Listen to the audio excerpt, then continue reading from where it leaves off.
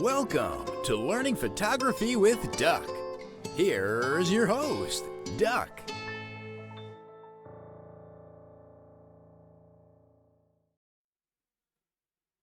Welcome everybody to another edition of Learn Photography with Duck. And look at that. I got there we go.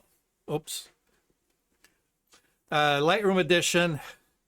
Here I was. I thought I was prepared and my title was off. Anyway, welcome to a nice, hot, sticky August day. So I hope you guys are staying cool. I'm trying to. It's a little warm in my studio. I was just mentioning before we started the recording that I had a large delivery of products that I got to sort through and start photographing. So I got my work cut out for me for the week. But anyway, welcome to another edition of Learn Photography with Duck. Thank you for joining me. And today is, of course, the Lightroom edition. And I thought today what we do is we've concentrated a lot on the input and processing and developing and all that good stuff. But we haven't really, it's been a while since we talked about the output. So I think what today we'll do is we'll touch on getting, once your photos are edited, getting them out in a usable format for you to share or to print or to whatever it is you need to do. Deliver to clients, prepare for your books, whatever. So before we do that, let me just touch real quick. Coming up this month on the 15th is in association between ASMP, which is the American Society of Media Photographers, and Connecticut PPA, which is Connecticut Professional Photography Association. We're putting together a nice little workshop introduction to live drone photography, videography. It's being put on by two very well-respected creatives in our community. One is an architectural photographer out of the Hartford area. He's award-winning, numerous publications. He uses drone a lot in his photography. And the other one, he's a videographer, a filmmaker, has worked on television shows, currently does a lot of commercials for businesses, and he uses drones in his video work. So between the two of them, they're going to discuss how you can get into using drones, what it takes to get into a drone, get your license, the pilot's license, which sounds scary, but really isn't as scary. And then depending on the weather and depending on, if everything goes smoothly, Derek, which is the videographer, he's going to do a demonstration on how he uses drones to video a lifestyle shoot. So he's prepared this kind of like lifestyle shoot at his place. And there's also talk about letting people give it a try in flying some of the drones. Obviously nothing crazy, just so you can get a feel of what it's like to actually handle a drone and how simple it really can be. So this is a really great opportunity for anybody who's interested in learning about drones, their use, the legalities behind it, what it takes to become a drone pilot, and what the rules are between drones for pleasure and drones for commercial work. So this is the opportunity. and it's super cheap. If you are, well, none of you guys are members of CTPPA or ASMP, but if you're a non-member, it's only $20, and it's on the 15th at 5 o'clock, from 5 to about 9-ish, 10-ish, whenever we finish. So anyway, if you're interested, Where are we at? We're 5 o'clock where? it's going, oops. Here we go. Let me switch this over. It's going to be at 110 Studio in Middletown. This Derek, it's Derek's studio, Derek Dudek. It's his studio, and I believe it's at his house. And from what I understand, he's got a pool, and it's the pool area that's going to be used for the lifestyle, the lifestyle shoot. And he's got a big barn customized into a studio space. So that's where it's going to be.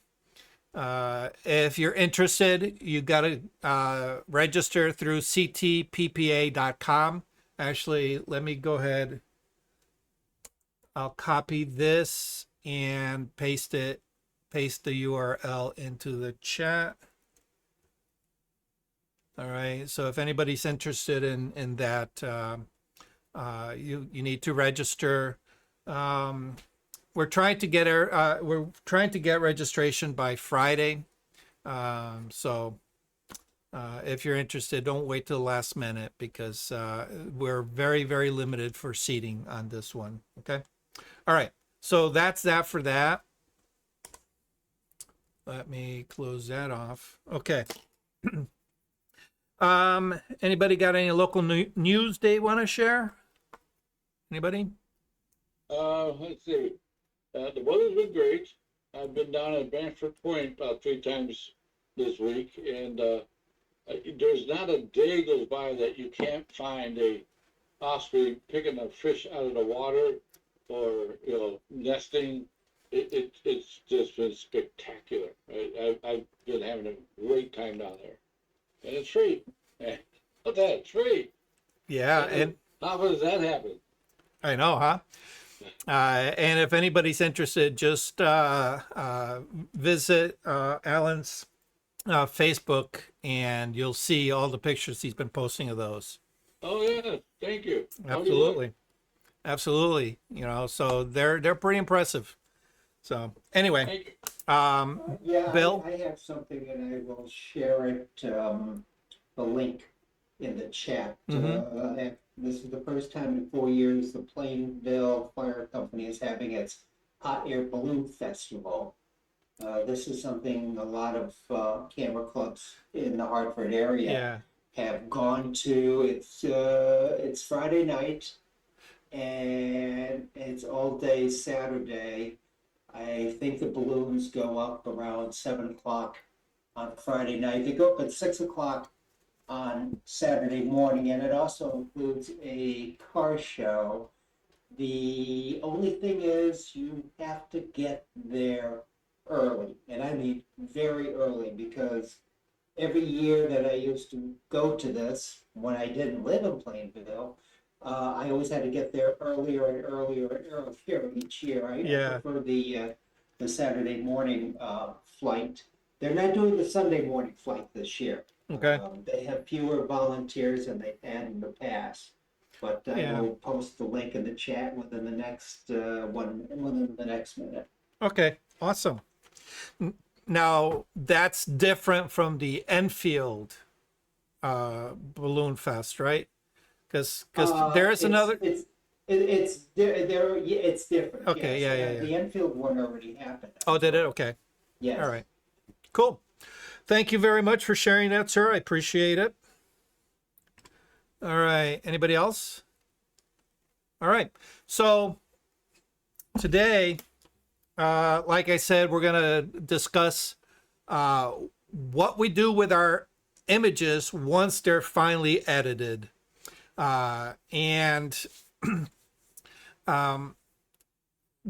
what I really consider you doing, especially if you share images on social media, is really restrict the quality of your images on social media in order to, one, make it presentable on social media, but not so good that somebody can rip it off and print it on their own, especially if you got some really cool images like Alan does.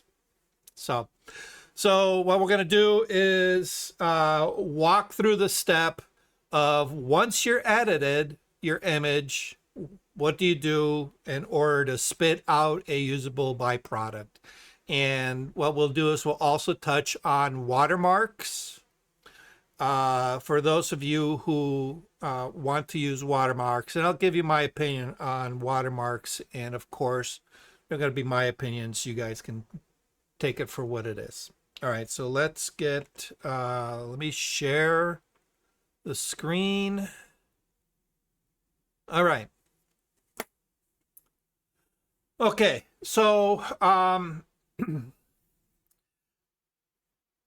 the first thing that I tell people when it comes to preparing your images for output is take inventory of where your outputs go, all right, and what kind of outputs you create. Of course, the most common one is a JPEG for sharing on social media. But there are other ones that you can output. You can output TIFF files that you can use for printing. I suggest creating TIFF files for printing rather than JPEG, simply because TIFF files contain a little bit more color data than a JPEG does. Question. Yes. Sorry, I'm doing this early. The printer that I go to in Hamden, Ross Imaging, they don't do TIFF. Does Milford Photo do TIFF? You know? I don't know. Neil probably does. That guy. They do TIFF files. Okay. Milford. You know, they do TIFF files, and I've been in there the last couple weeks getting things printed, and I can't remember they can put out TIFF, but I seem to remember they prefer JPEG over TIFF, but they can take them, I think. But Okay. so anyway, it's depending on what the use is, but yeah, I was bumping into that same thing. You probably would do TIFF. Doc, did you work with this guy who lived on the East Haven? He had a photo group. His specialty was printing. He's on the East Haven, New Haven line. I cannot remember his name. He did something either with you or with North Haven. Off the top of my head, I don't Okay. know. Okay. But yeah, for printing, if you can use a local printer, my suggestion is talk to them, get into a conversation, and really create the most appropriate output for their needs. If you can, try to get a printer profile from them and load it onto your system, so that way when you output an image, you can output it using their printer profile. So that's another way to go. But we're not going to get too much into printer stuff today. We're just going to talk about how to set up Lightroom for exporting. And like I said, the majority of the time you're going to be exporting to JPEG. But just realize that there are other options. So we'll go over that in a little bit. All right, so once you have an image, and I'll just take this image as an example. The first question you're going to ask yourself is, where is this image going to go?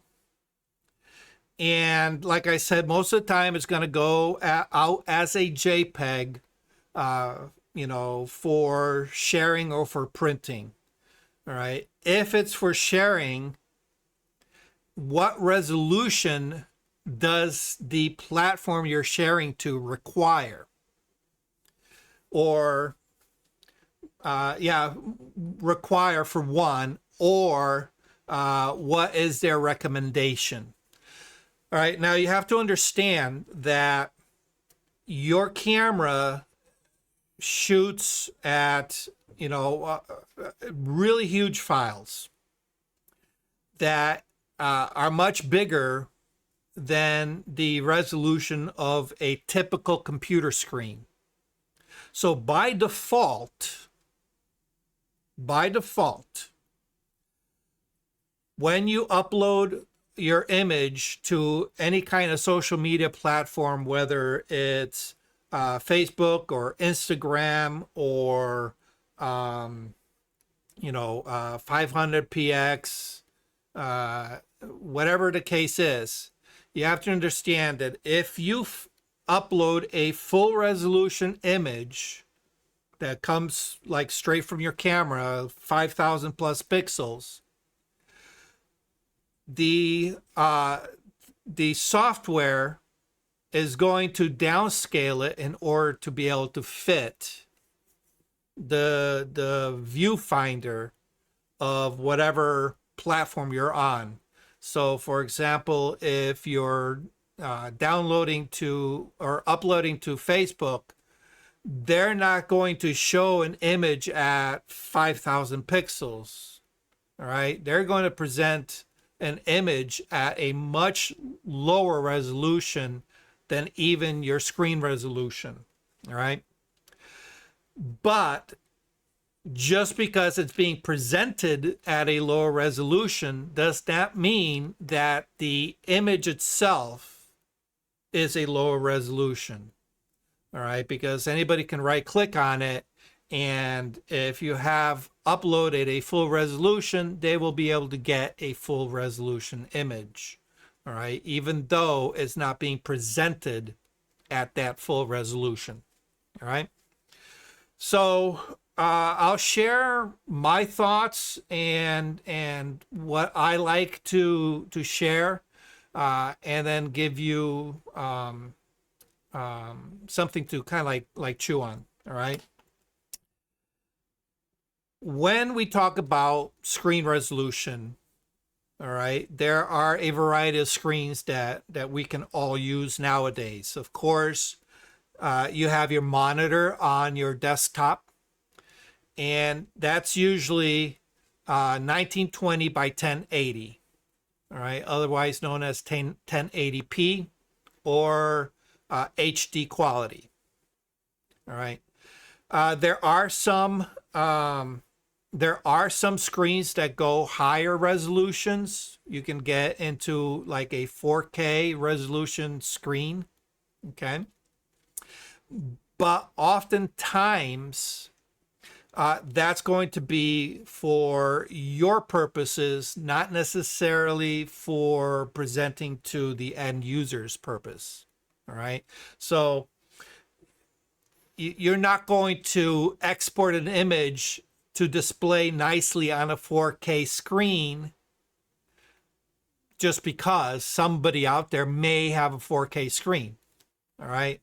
The majority of people don't have 4K screens. The majority of them have HD screens. All right. When we start talking about tablets, that's even smaller. And when we get into, mobile devices, cell phones, their resolutions are a little bit smaller. Well, the dimensions tend to be like really weird, but the resolution tends to be a little bit higher in order to compress it into the smaller areas. So there's a lot of fluctuations, a lot of numbers to kind of try to keep track of.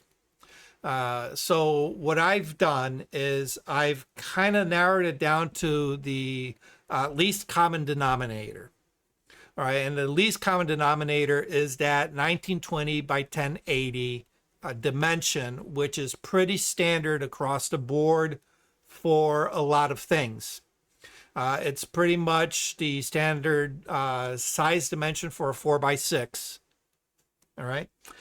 And at 150 to 300 DPI, a 1920 by 1080, you can probably print a 4x6 fairly easily. Above that, it starts to become pixelated.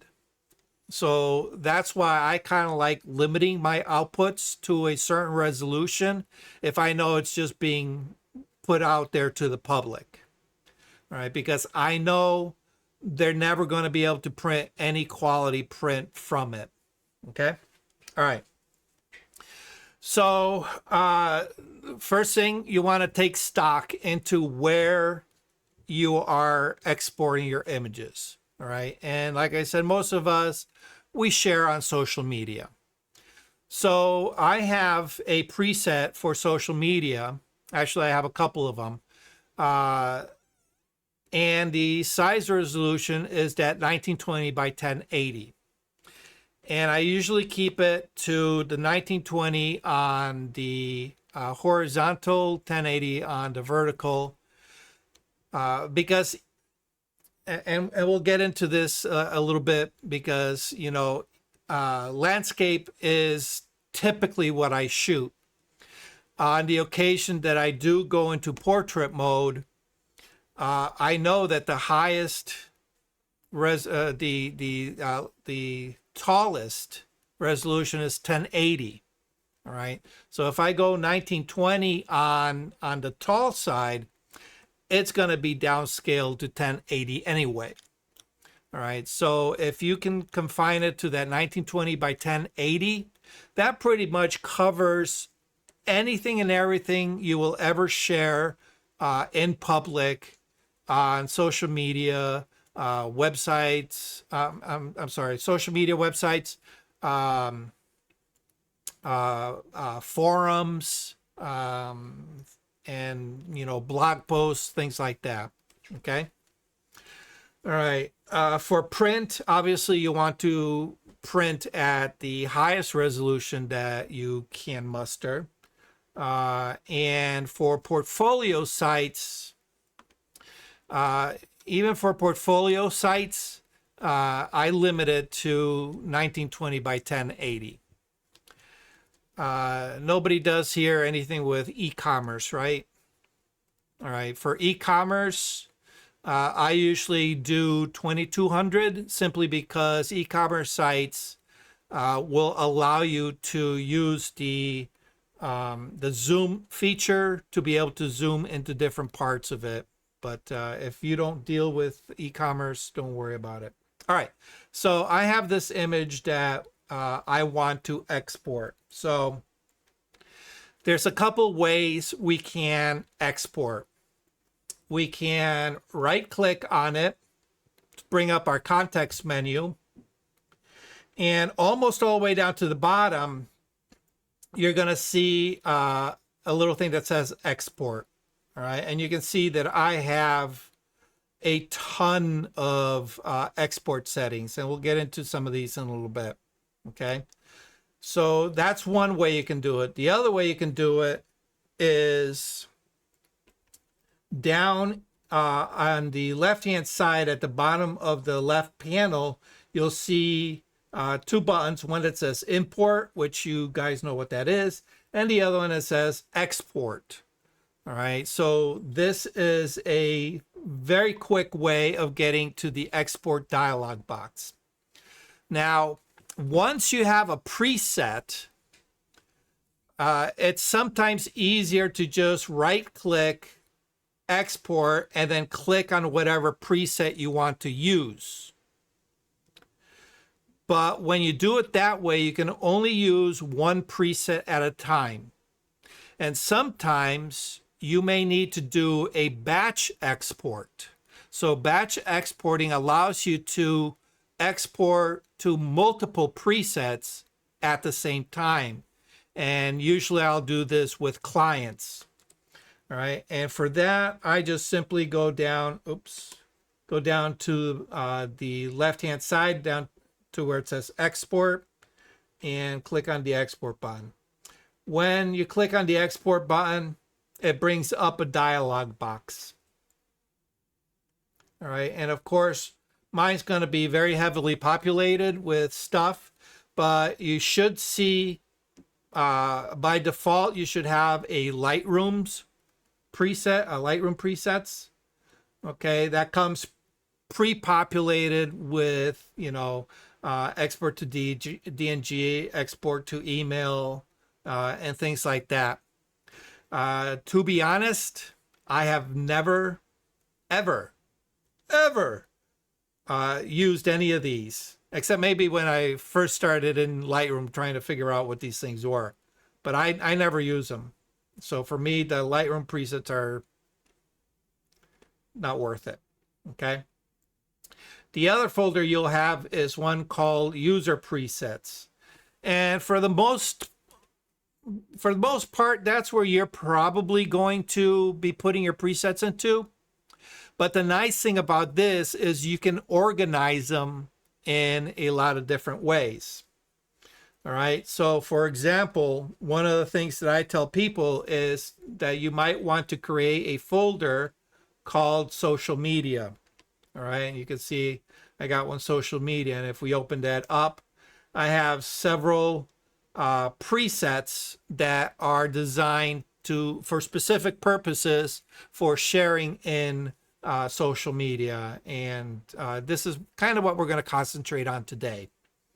All right. And you'll see that I have two of them specifically named social media. All right. Social media 1200 branded and social media 1200 unbranded. All right. And what that means is, whether they have a watermark or not. And then, of course, I have the 1920 by 1080. I also have a couple that, when you create little avatars for your profile picture, they tend to be very specific sizes. So I actually have a couple of presets for creating avatars for sharing on, forums, blogs, social media sites, et cetera, et cetera, et cetera. Okay. All right. So what is required to create a preset? Well, again, like I said earlier, you need to know exactly where you're going to go, because that's going to determine how you set up your presets. All right. All right. So just to let you know, you have to have an image selected in order to pull up this dialog box. So, All right. one question. Yeah. Generally, after I download my photos, the ones I want, I'll wash to EXO. So a preset I have go into EXO, and then after it's finished, then do I put a preset in after that, or can I do both? Preset EXO, then let's say Lightroom. All right. So there are different types of presets. There are develop presets, and those are used in your processing, and that's what your DxO would be. It's part of your development process. All right. In that case, because it's sending it out to a third-party software, it would be done. It's a different type. Theoretically, it's a different type of export within your workflow.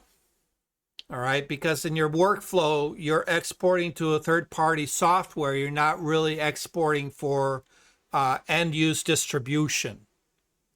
All right. After it's done with EXO, then I can use it to export.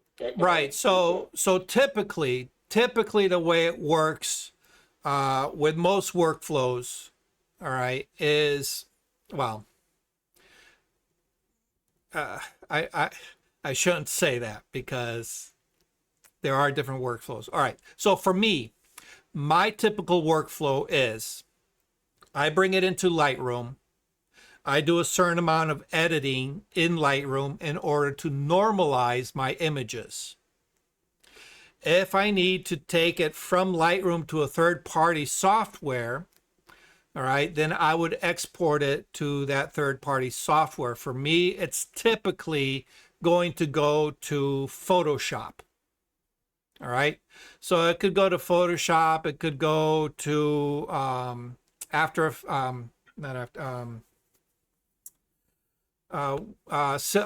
Silver Effects Pro, AI Sharpen, any of those. Okay. There's so many of them. Okay, and the majority of them have it so that you can work fairly seamlessly with Lightroom. So from Lightroom, it'll send it out to whatever plugin, and then you do whatever you need to do. Okay, it's going to save it usually as a TIFF file and re-import it back into Lightroom in order to continue the editing process. All right, so even though technically it's exporting as a TIFF file to go to that third-party software, because it's going to another editor and then being brought back in, I don't consider it the same as exporting to a finished product. Okay, so that's why I said it really is dependent on where it is in your workflow. All right, so if it's part of the editing workflow, I usually don't count that because that's kind of set up by the software. You don't need to mess with it. You just got to know that it works. Okay. And hopefully if you have the software set up properly, when you close out from whatever third-party software, it should automatically kick it back into Lightroom to continue and finish the editing process. Okay. Gotcha. All right. Usually, what I do is in most cases, it'll allow you to, once it imports it, it's going to group it with your raw file. So it'll put it into a stack, your raw file, and then your TIFF file that went out to that third-party software. Okay. I usually have it done automatically. That way I don't have to think about it. And that way I don't have to worry about, keeping track of the two files. All right. If it's not doing it automatically, you should check your software and see if that is an option in the settings. Okay.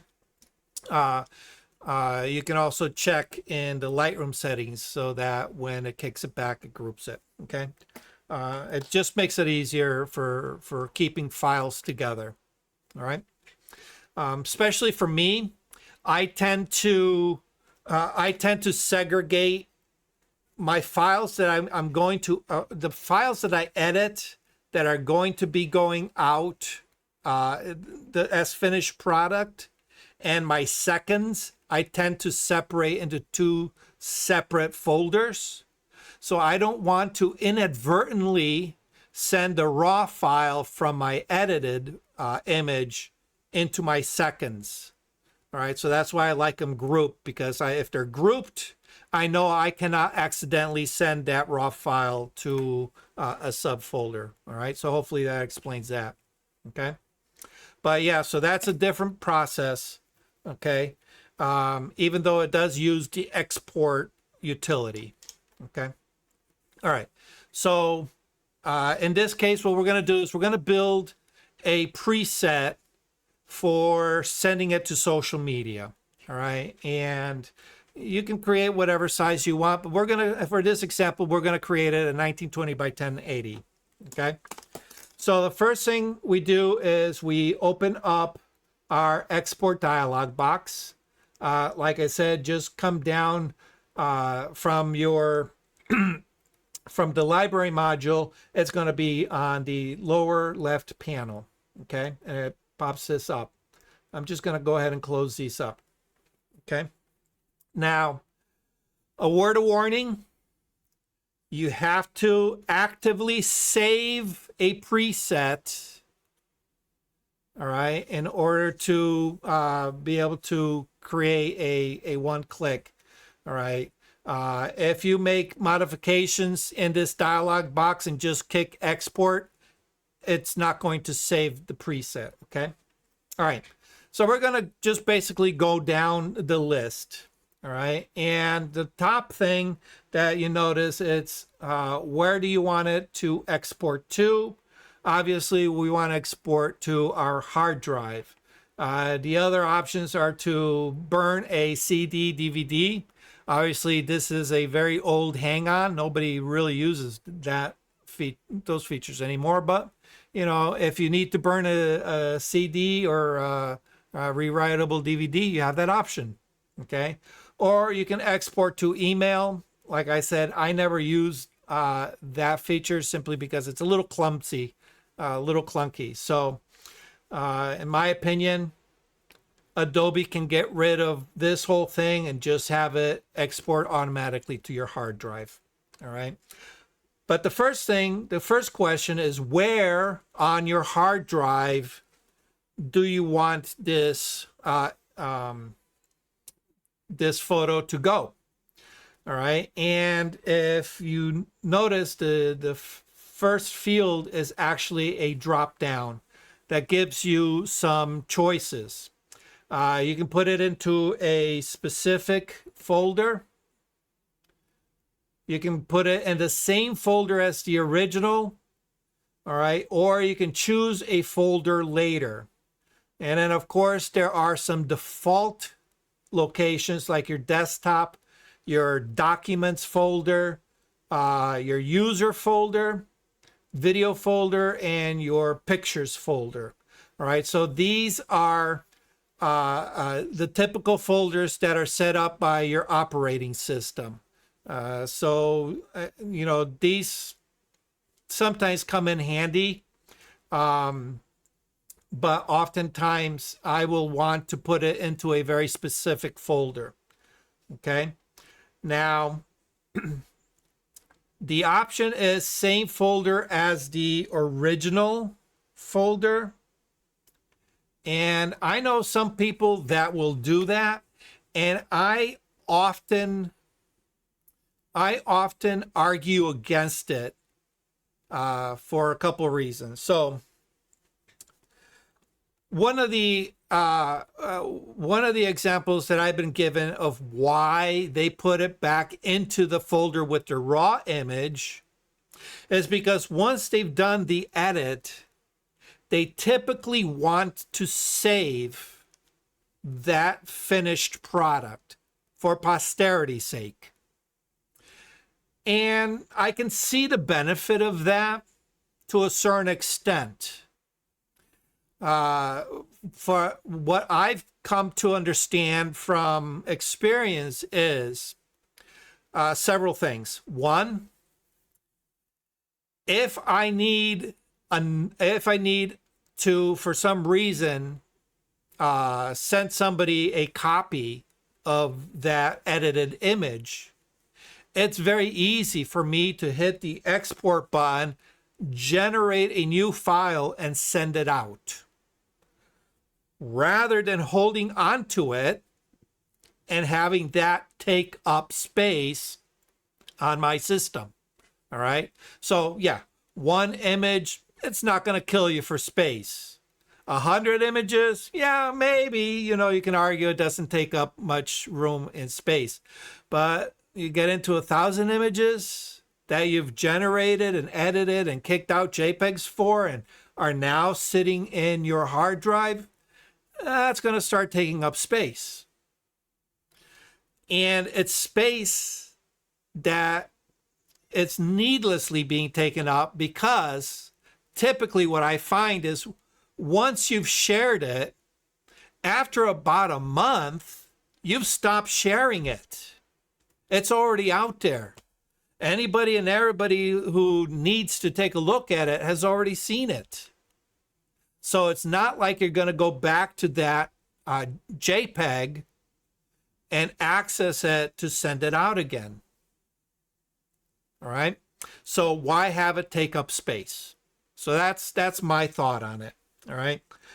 Some people like to, like I said, keep it, as a backup for posterity's sake.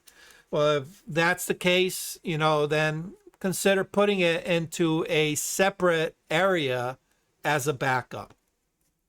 All right. Don't keep it with your raw files. After a while. I have another reason. I'm sorry. Oh yeah, go ahead. I was gonna say, I have another reason for not keeping them in the same area, because I've been doing a bit of work in this kind of export and trying to manage all that. And the real reason is it's just confusing. Yes. 'Cause the way it is hard to see what file name it is, more than once when I have had a output in there, I started working on it and I go, fuck. Yeah. Oh yeah, absolutely. It's confusing. So it's not so much if you're using a raw file to generate the JPEG, but in your case, you're working with scans. Scans, well, actually, do you scan to TIFF? You should scan to TIFF. Yes, I have been. Okay, Them scanned all right. TIFF. Okay, good. All right. See, in my case, just like Brian, in my case, a hike leader, the guy who runs the group, he gives me his JPEGs because he's not technical, and I clean them up and I make them a size that doesn't take forever to upload. So maybe it's like 1,200 pixels wide. Right. And I give it a different name. However, I have uploaded the original instead of the. Yep. Yeah. Like I said, nowadays with raw files, a lot of that confusion has gone by the wayside. But I remember back in the day when cameras just shot JPEG, trying to keep track of your edits. Again, this is going back many, many years, when editing wasn't as non-destructive as it is nowadays. Where you are kicking out JPEGs with your edits, and I've inadvertently, fortunately it didn't happen too often, but I have inadvertently overridden my original JPEG with the edit. So I've gone into the habit of never, ever, ever saving my JPEGs in with my originals. Okay. So it's a good habit to get into. Like I said, if you have reasons to go against that, by all means, just be aware that it can present problems. So just be aware. I make a subdirectory called edits, or maybe I'll call it JPEGs, one or the other, but that's the finished product. Yeah. Yeah. Yeah. So if you have something like in progress work, I can see that. But again, once the work is done, it's just as easy to generate a new copy than to, hold on to a copy, taking up space. But again, that's my philosophy. Take it for what it's worth. Okay. All right. So typically, I will designate a specific folder for my exports. Okay. So in this case, what we're going to do is we're going to create a specific folder. And what we're going to do is we're going to put it on our desktop. All right. Now, the reason I like putting it into the desktop, all All right. In this case, we'll go to desktop. The reason I like putting it into the desktop is because my workflow tends to go beyond the editing and export. So what that means is, all right, so I take my images, I've brought it in, I've done all my sorting, I've done all my editing, I've made them look nice. I now kick them out, and my workflow doesn't stop there. From there, I go to the folder that contains the outputted JPEGs, and then I will upload them to Facebook, or I'll upload them to a client gallery, or I'll email it to whoever it needs to go. So my workflow doesn't stop after the export, it continues. So I want to be able to very quickly get to that exported image without having to do a lot of hunting. All right. The other reason I like putting it on my desktop is because when everything is cleared off my desktop, I can see that folder. And at a quick glance, I can see if there's anything in that folder, because the icon between an empty folder and one that has content in it are two different icons. So at a glance, I can see if something has images in it. Okay, and if it does, then it allows me to pop in and do a quick scan. Do I need to take care of any business here?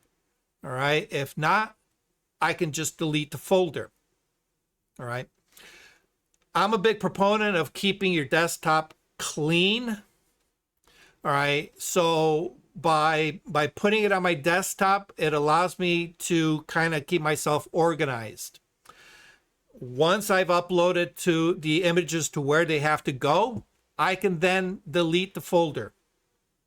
It's no longer taking up any extra room on my system. All right. They've gone out, they've done their business. I do not need to keep a hold of the edits. Why? Like I said earlier, I can always go back to Lightroom, generate a new export if I need it. Okay. All right. So desktop. All right. And I'm going to put it into a subfolder, and we'll call this social media. I'll use the abbreviation SOC media. Okay. Very direct. I know exactly what this folder is for. Okay. The other options here is you can add it back into the catalog. Again, I don't do that because I find it's a little bit redundant. Once I'm done with my edits, I don't want it back in my catalog because I'm never going to re-edit. I'm not going to do additional edits to that edit. All right, so it doesn't make any sense for me to put it back into my catalog. Okay. All right, and the last thing you can do here is you can ask, what do you want the system to do if there is an existing file with that file name already in place? All right, and it's a drop down, and the options are you can have it rename it. No, you can have it give it a new name. All right, to the exported file. You can overwrite the existing file without any warning. It's just, if it's there, it's just going to overwrite it. Okay. Or you can say skip. All right. Or you can say, ask me what to do. And that's my personal preferred method, because if there is an image file with the same name that I'm exporting, I want to know why. Maybe I forgot that I exported it. All right. So, in the hectic day to day of my my workflow, I may have kicked it out and not realized it. So If I see it flagged, I might want to stop it and say, okay, what's going on here? Or it'll become a trigger and says, oh yeah, that's right. I already exported. Okay.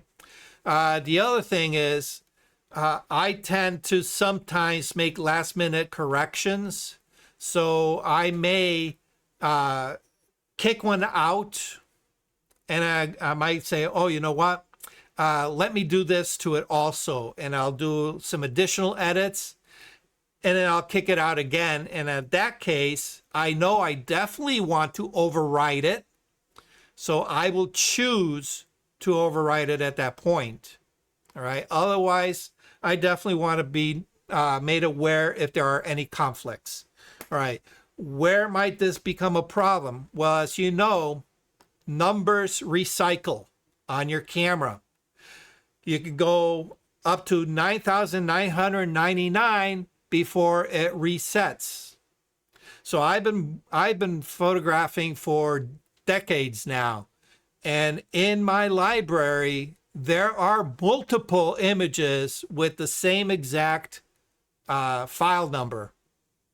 Okay, so I don't want to inadvertently overwrite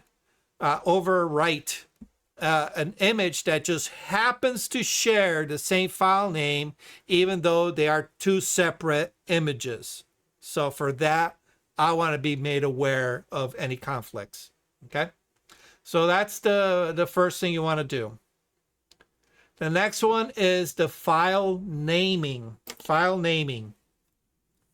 And this one's pretty powerful. I suggest that if you are sharing your images on social media, I suggest you put as much as your personal information into it so that people know who the image belongs to and hopefully be able to get a hold of you. Now, obviously, some websites like Facebook will rename the files. Okay. But it's just a good practice to kind of rename it with your information. So what I'll often do is, all right, so the typical naming convention that comes off your camera is it'll have 3 letters, underscore, 4 digits. All right. So if you're like a Nikon photographer, it'll be NEF underscore 1234. Okay. If you are a Canon shooter, it'll be what it was, CR2 underscore 1234. Okay. Or image, I'm sorry, IMG underscore 1234. All right. Yeah, the NEF, that's the suffix. I'm getting myself confused here. Okay. So what I like to do with my outputs is I often want to preserve that 4-digit number because it allows me to do a quick scan and find the actual parent original. All right. So you guys know you go out and you photograph something, you're taking multiple images of your subject. So you may have 4, 5, 6, a dozen images that look very, very, very similar. But only one of those is going to get edited. All right. So in a lineup, like you would with the library module in Lightroom, where you see all your images as thumbnails. All right. If you're just looking at the thumbnail and you have 12 of them that look very similar, how do you know which one it is? Well, if you preserve that last 4-digit number, you can go directly to its source and find the original parent. Okay. But the IMG doesn't do me any good. So what I'll do is I'll replace the IMG with my name. All right, or in this case, my company name. I will put it as Unitas Photography. All right. So if we look here, the second option is a custom name, and you preserve the original file number. Okay. You have other options, including creating sequences, numerical sequences, just using a custom name period. You can say, append the date the image was taken along with the file name, and a few others. And the last one is you can create your own custom one. You can edit to create your own variation. All right. So in this case, we're just going to go to custom name, original file number. All right. And as you can see, it's already populated it because I tend to use this over and over. And that's the Unitas Photography custom name. And then right below it, it's going to give you an example. All right. Like I said, I already have an image that I selected. All right. So it's going to give me an example of what that file name is going to look like. And it's, in this case, Unitas Photography dash, and then the last four numbers of that the original image file. Okay. All right. If you choose edit, it's going to bring you up this little dialog box. All right. That allows you to populate it with kind of like these little preset placeholders that will auto populate. Whether it's the file name, the original file name, because you can rewrite file names, it will preserve the original, sequence numbers, dates. You can pull information from the metadata. All right, so if you put information in the metadata on your import, you can use that for your export as well, including titles, dimensions, whatever the case. Okay. And of course the custom text. All right. So in my case, I like the custom text, and that's it. All right. So just make sure that the rename to is checked. All right. Any questions on that so far? All right. The third one is video. We're going to skip that because we're not exporting video. And we're going to go to the fourth one, which is our file settings. And you have a few options as to how you can export these. All right, you can export as a JPEG, which is the most common one. But you can also export as a PSD file, which is, a Photoshop file. You can export as a TIFF, a PNG, or a DNG. All right, a DNG is Adobe's digital negative open source raw format. So you can export, for example, you can export from your Canon RAW to a DNG, which is Adobe RAW. Okay, or you can just export your original if you need to. Okay, so in this case, we're going to do JPEG, and whatever you select, it's going to modify that panel with additional options. All right, in this case, the quality. Okay, now the quality is one that people will argue over. Some people will crank it up all the way to 100%. All right, in my opinion, you don't see too much of a degradation on most JPEG images until you start getting below 60%. Okay, so again, my goal with sharing on social media is to kind of deter people from stealing my work. All right.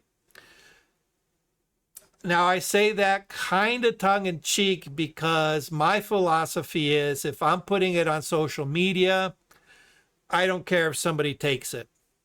All right. If it's that important to me, I'm not going to share it. All right. But I'm also not going to make it easy. All right. There's no sense to make it easy. All right. So I'm going to put as much protection as I possibly can in order to frustrate people from wanting to take it. All right. So the quality is going to go down. So even if they use something to upscale the size, they're not going to be able to upscale the quality. Okay. And then, of course, I'm going to keep the color space to the standard sRGB, which is pretty much universal again across all screens. Okay. Now, there's another one here called Limit File Size 2. All right. And you can actually put something here in kilobytes. All right. This is not something you normally use unless you are a journalist. Okay. Journalists who upload to a lot of like newspaper servers, AP Press. All right. They need to limit it to keep it under a certain kilobytes. So they'll actually put in whatever limit there is, and they'll let the system figure it out as they send their images across. For you guys, you really don't have to worry about that. So make sure that's left unchecked. Okay. Any questions? Yeah. Yeah. Oh, a question. Yeah. Quality is 60%. All right. So that's. Are you degrading what you're showing? I mean, even though you want to. It does. Yes. So what this is the amount of compression the JPEG format puts to the image. All right. So the way JPEG works is it takes chunks and converts it to a preset pattern. All right. And once it understands that preset patterns, it gets rid of all the excess information and just relies on that preset pattern to rebuild the image. Okay. So what it does is it looks for similar colors, similar tones. All right. So if you look at, like, for example, if you do a landscape and you have this nice even tone of blue, all right, but you know that it gets a little bit darker and richer blue at the top, and then it starts getting a little lighter, less saturated as it goes down closer to the horizon. All right. So it looks at this and says, okay, these are all similar blues. I'm going to make them all the same. All right. And if you ever have taken that slider, the compression slider, and brought it down really, really low, what you're going to notice is a lot of artifacting and stair stepping and banding. All right. That's because you've put a lot of compression to it, and it's taking all those that would normally be, 5, 10, 12 shades apart and making them all one shade. All right.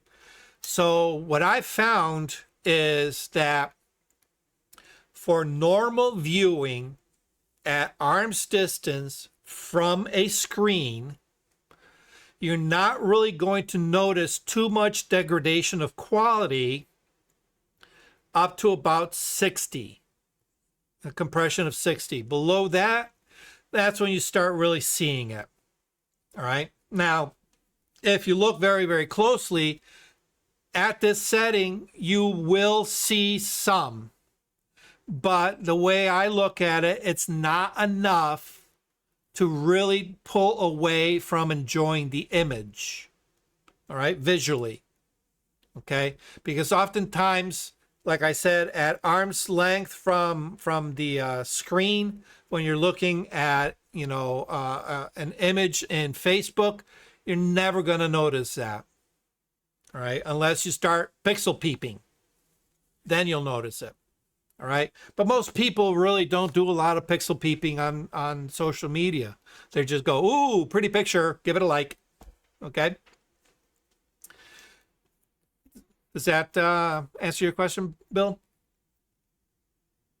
Yes, thank Okay, you. awesome. All right. Next one, important, image sizing. Okay.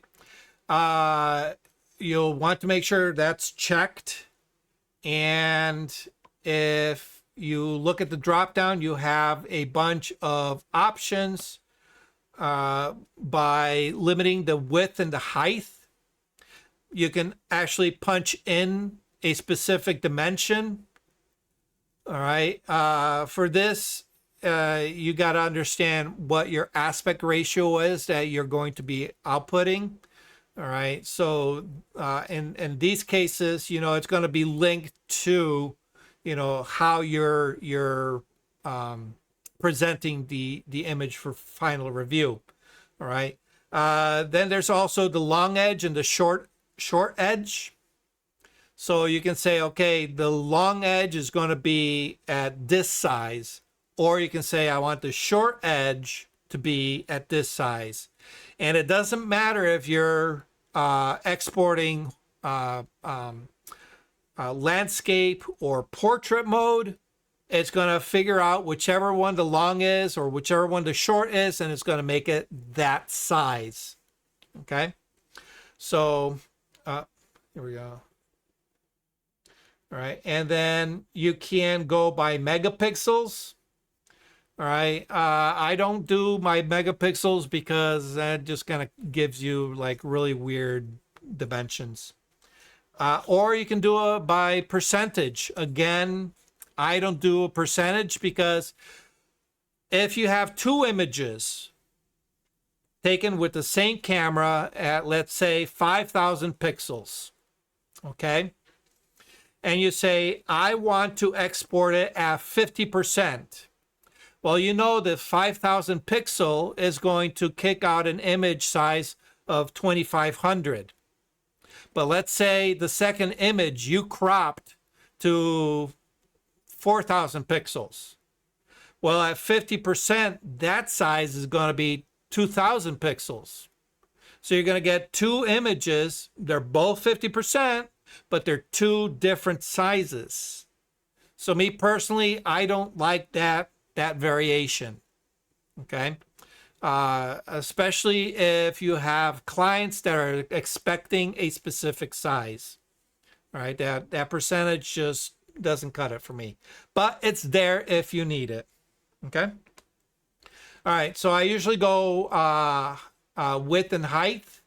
All right. The width 1920 and the height of 1080. All right. And so what that's going to do is whatever fits, you know, so if I'm shooting landscape, it's going to give me a 1920 by 1080. If I shoot portrait, it's going to give me whatever it calculates to by 1080. All right. So it will change that short size to fit accordingly to the height of 1080. All right. And then the resolution, if it's going for print, I'll give it to 300. In this case, it's going for the screen. I usually type in 72. All right. And that's going to give me the average for most desktop computers. All right. I understand that a lot of cell phones and tablets have a higher resolution of 150, but that's arbitrary. All right. That 72 only works if you're printing it. All right. If you're looking at on a screen, it doesn't care. It doesn't care. All right. It just cares about the 1920 by 1080. Okay. All right. Next one is output sharpening. Output sharpening, I usually, all right, because what it's doing is it's taking my full resolution image and it's going to automatically reduce it down to 1920 by 1080. When it does that, it's going to receive a normal amount of sharpening by default, okay? but because it's going to be presented as screen, I want to give it just that little bit of extra, just to clean up any loose edges. And so I will sharpen for the screen at a standard. And you can if you're not sure, kick one out at the different amounts, low, standard, and high, and compare them. See where they stand. I find standard amount of sharpening is more than enough. Okay. This is only for presenting to the screen, not if you're going to send out to print. Okay. This one here is important. The next one down, metadata. Metadata. A lot of modern cameras and cell phones will GPS brand in the metadata of your image. Doc, Yeah. I couldn't find my unmute button. I want to ask a question about output sharpening. Oh, sure. Too far. So, one of the things I've been doing lately is getting a number of things printed, and I never really knew that I could check anything else out.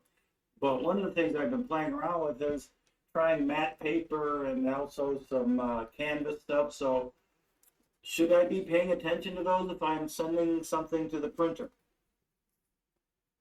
Or does it make much of a... If you're printing at home, yeah. No, I'm not printing. This is all Milford photos. So To tell you honestly, I've never really seen a significantly noticeable difference.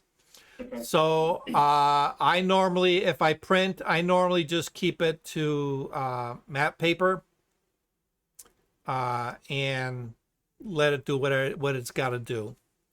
Okay. Thank you. So, all right. Metadata. Like I said, this one is important. You want to pay attention to this one because, like I said, a lot of modern cameras and all cell phones will geo-track your images. It will put the GPS location into the EXIF file. If you're just taking photos outside of birds and plants and things and buildings, who cares? But if you're taking photos of family, you're taking photos in your home, and privacy matters to you, and you don't want people going through your images and say, "Ooh, look at that nice big screen TV in the background there. Ooh, look at that nice computer system this guy is using to edit his images. Oh, look, this is where he lives. It's right here in his EXIF information." All right, let's check out his social media site. Oh, he's going on vacation. Let's pay him a visit while he's away. All right. Is it a lot of work for somebody? Yeah. Has it been done? Oh, yes. Absolutely. People have come home to houses being wiped out because they advertised everything on social media. All right. So I tend to, in this case, you have the options. In this case, I usually just keep the copyright and contact information only. All right. And I know it's been a while since we covered it, but on your import, you can have Lightroom write certain information to your EXIF file, including your business information, your website, things like that. So in my case, a lot of my images are being used for business. I will put my website, my phone number, and my studio address embedded into those files. Okay. So if unfortunately, Facebook strips out a lot of that information. Obviously, Facebook kind of like, in order to protect everybody's privacy, strips everything out, without you having a say in it. Okay. I wish they didn't, because there is information that I do want people to have, but Facebook just across the board says, nope, everything's gone. Okay. So for the most part, Facebook is pretty good for that. But other websites, not so much. So please be careful with that. All right. In my case, I just keep the copyright and contact information. Like I said, a lot of the stuff I export is going to my clients. So when they receive these files, they'll never see that information unless they open it up in an EXIF viewer. But if there's ever a point where, you know, an image has to be contested, I can always point to the EXIF information, and there it is. Okay. Can it be stripped out? Sure, but it'll usually leave some kind of footprint. Okay. All right. So in this case, depending on what you embed into your EXIF, make the appropriate thing here. All right. You don't want to keep all your metadata, so don't click on that one. All right. So usually copyright or copyright and contact info. All right. Where did you grab the copyright or the contact info from? From the EXIF information. All right. So like, for example, on your camera, all right, you can go to the settings and you can put your name in the copyright stuff. All right. So, so in the menu, it says copyright info. You can put your name or your company name or whatever you want in there in your camera. All right. So that automatic writes that to every single image you create with the camera. Okay. Now, once I take my images from the camera and bring it into Lightroom, I can also additionally tell Lightroom to include certain pieces of information. Okay. And this is where I put my studio information, my phone number, my URL, and, you know, whatever else information I want embedded into it. So it's on the ingest. Okay. Thank you. All right. Next one is watermarking. Watermarking. There's two camps. There's the watermark camp, because I don't want my images stolen. And then there's the I don't watermark anything because who cares camp. All right. I kind of straddle both. All right. If I put something out for social media, it's with the explicit knowledge that it can be used for something other than what I initially intended it for. It's the nature of the beast. You know, if you are hypersensitive about where your images go, don't share them on social media, because once you put them on social media, you have no control over it. It can be very easily shared amongst all your family and friends. Okay. All right. So that being said, and with the explicit knowledge that my images can go anywhere, I want people to know whose image it is, and more importantly, if they like it, how they can find me. So most of the time I will post to Facebook with my URL clearly visible as a watermark. Okay. Actually, let me, where's my browser? Oh, did I close my browser? I did. Give me a second. Let me go to social media, Facebook. All right. I just recently shared a couple images. Okay. This one here. All right. I don't know if you guys can see it because it's a little bit on the dark side, but here it is. My watermark, unitusphotography.com. Okay. That's my watermark. It's simple. It's kind of out of the way. It doesn't interfere with the image, but anybody who looks at this image and says, ooh, that's a great family portrait. Who took it? All right. They're not going to see who took it. They don't, if I put duck in the corner, it doesn't mean anything. Who's duck? How do I find duck? All right. I want people to have enough information so they can contact me. So I put my website address. They can go to my website. They can see all my work, and then they can contact me through the website. All right. So I don't care where this image goes. It's a low quality image. The most they can do is print a 4x6. Okay. You know, who's gonna want this photograph? All right. The family already has it. They don't need to steal it from Facebook, right? All right. Their family, oh, they're just gonna, you know, get the originals from them. They don't need to steal it. Okay. Some third-party Chinese company, yeah, all right. Well, they can steal it. They can do whatever they want with it. It's going to be a low quality. They can't do very much. All right. Okay. Doc, that's great lighting. Was that done in a studio with green screen, or did you go outdoors someplace? This was taken at Southford Falls, and it was lit with my 8200, Okay. my Godox 8200, in a shoot-through umbrella. Okay.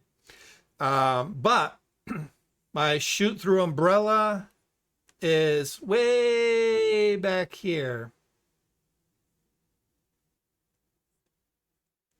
Oh, okay. Lighting the I get it. background. Okay. I get it where, Yep. where the baby is lit Yeah. more in the shadow. I put them just inside that bridge. All right. So they're in the shadow. All right. And the shadow of the bridge, but they have a lot of natural light hitting them.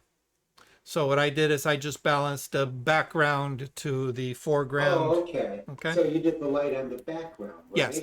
In this case. In this case, all right. yeah. So yeah, this is my favorite photo from that whole shoot. I love it. That's a good shoot. That's a good photo. Yeah, thank you. Thank you. All right. All right. So again, intention. What is the intention of these photographs? Okay. So in this case, anything I post here, they're going to go out. They're going to, whoever, whatever, wherever they go. All right.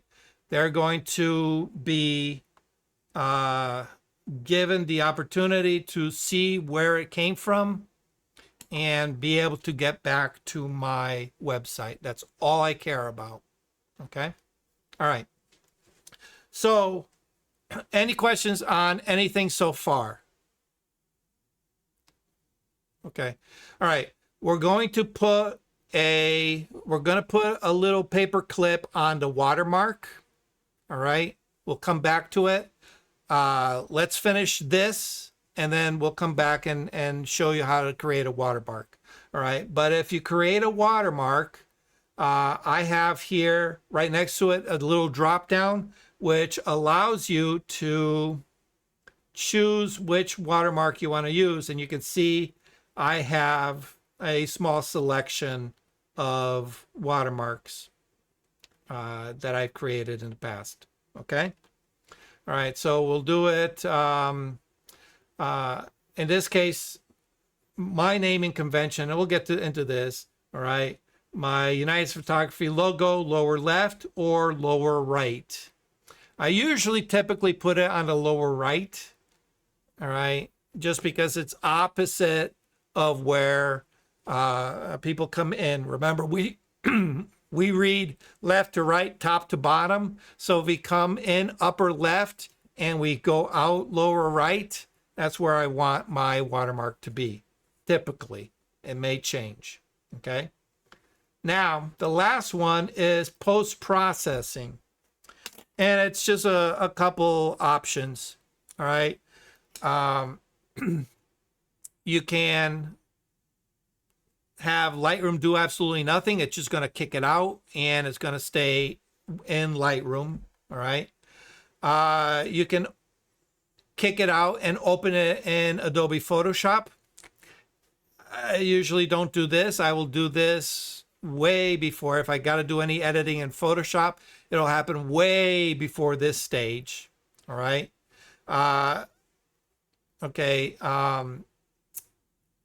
You can open it up in another application. All right. This is kind of touching base back to what we said earlier, Alan, where you have a third party.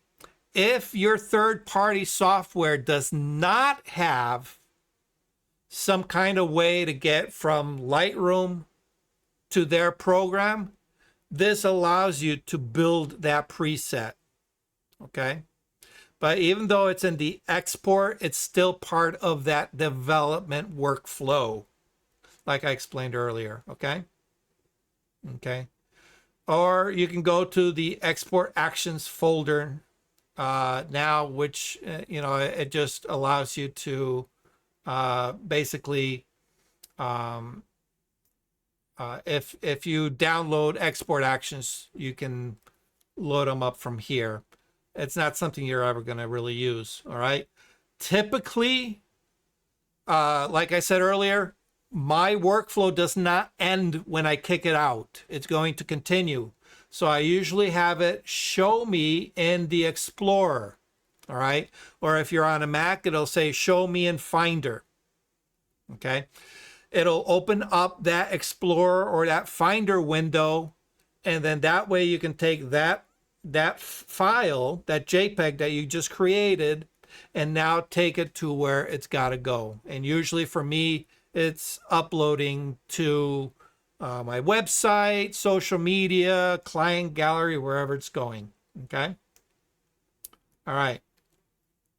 Now, what we've done is we've built our export. All right. We've given all the criteria. Now I need to save it. All right. So what I'm going to do is disregard down the three buttons at the bottom. Do not touch any of these.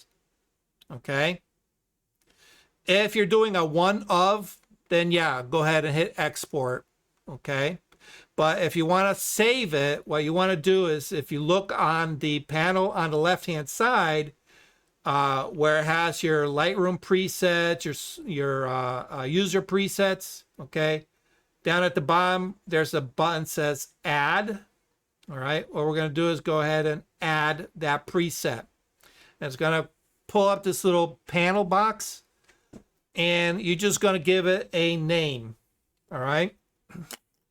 So I'm going to call it social media. All right. I also like to, again, this is my naming convention. Take from it what you will. Typically, when I make different presets, they're going to export to different sizes. I often, can't remember what I built the preset for, what size I built the preset for. So I want some kind of reminder. All right. So in this case, this preset is going to kick out a 1920 by 1080. All right. So I usually put 1920. All right. PX for pixels. All right. And the other thing I want to know is this export branded with a watermark? All right. In this case, it is. So I will put branded. Okay. Or you can do watermark, or you can do WM to stand for watermark, whatever naming convention makes sense to you. What you want to do is want to get that recall that kind of gives you an overall view of what is being spit out with this preset. Okay. So in this case, I know it's for social media, so it's going to be a low resolution by default. How small? There's the size, 1920. And does it carry a watermark or not? Yes, it does, because it says it's branded. Okay. The next thing I want to know is, where am I going to store that preset? Okay. by default, it will want to put it into the user's presets that comes preloaded with Lightroom. Okay. In this case, I created a separate a separate folder. Right. If you don't have one, you will click on where it says new folder. All right, new folder. All right, and when you do, all right, it's going to pull up another little dialog box. Just give it a name, whatever name. In this case, social media, and say create. Okay. Once it's created, it'll be available through your drop down. So we're going to go social media, and then we hit create, and voila, there it is, populated on now as a preset. Okay. Now, if you notice, there is a little square checkbox right in front of it. From this dialog box, you are able to select multiple presets in order to kick out multiple variations of your image, depending on what your needs are. All right. So, for example, I may have an image that's going to a client, but like what you saw previously, I also want to share it on my social media. I'm very proud of my work. So I'll kick it out with my client. So here's one for headshots, portraits that I created. And then I'll click on the social media 1920 branded. And then with one button, I now receive 2 files. All right, make sense? All right. All right, so in this case, we're just going to go social media. If it's just one, you don't need to check it, just highlight it. It auto-populates the information for you, and then just hit export. All right, give it a second. Excuse me. Like I said, it opens up my Explorer window, and there it is. File is ready for me to now share it. All right. Let me open it up, and you can see here it is. Right here.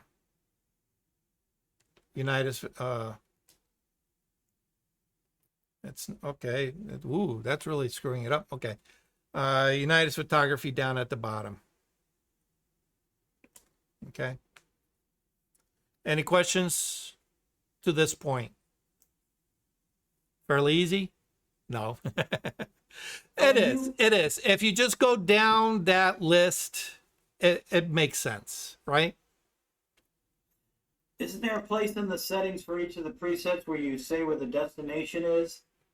So That's the first. That's the first one. Oh, so The very first one. More than one, it will send them to possibly 2 different destinations. Correct.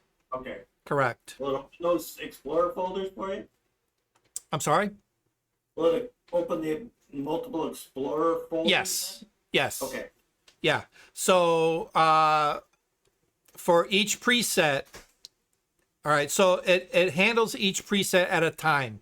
So if you have multiple presets, it's going to go through the first one, do its action, go through the second one, do its action, go through the third, do its action. And if all 3 of them say open up in Explorer, you'll get 3 windows open. Okay. All right. Even if they, for some reason, they're redundant.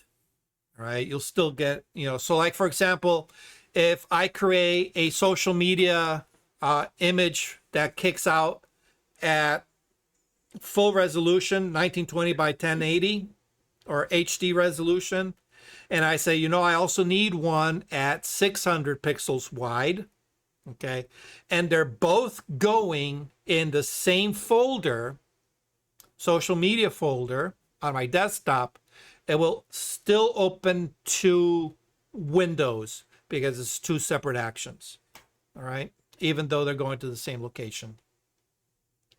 Okay. How do I get time switch? I'm sorry, what? How Well, do I know which way is which? well, when you create it, In a 1080. oh, like for example, okay, so all right, all right, so here's my social media one, right? Okay, let's go back, and I'm gonna export, and here's one at 600, right? Okay, Yeah. and we're gonna have that. I'll do that export, put in subfolder social media. Okay, export. Give it a second. Let it do its job. Oh, I know what I failed to do. Export, export, social media, post processing, show in Explorer, export, overwrite. There we go. Now, all right.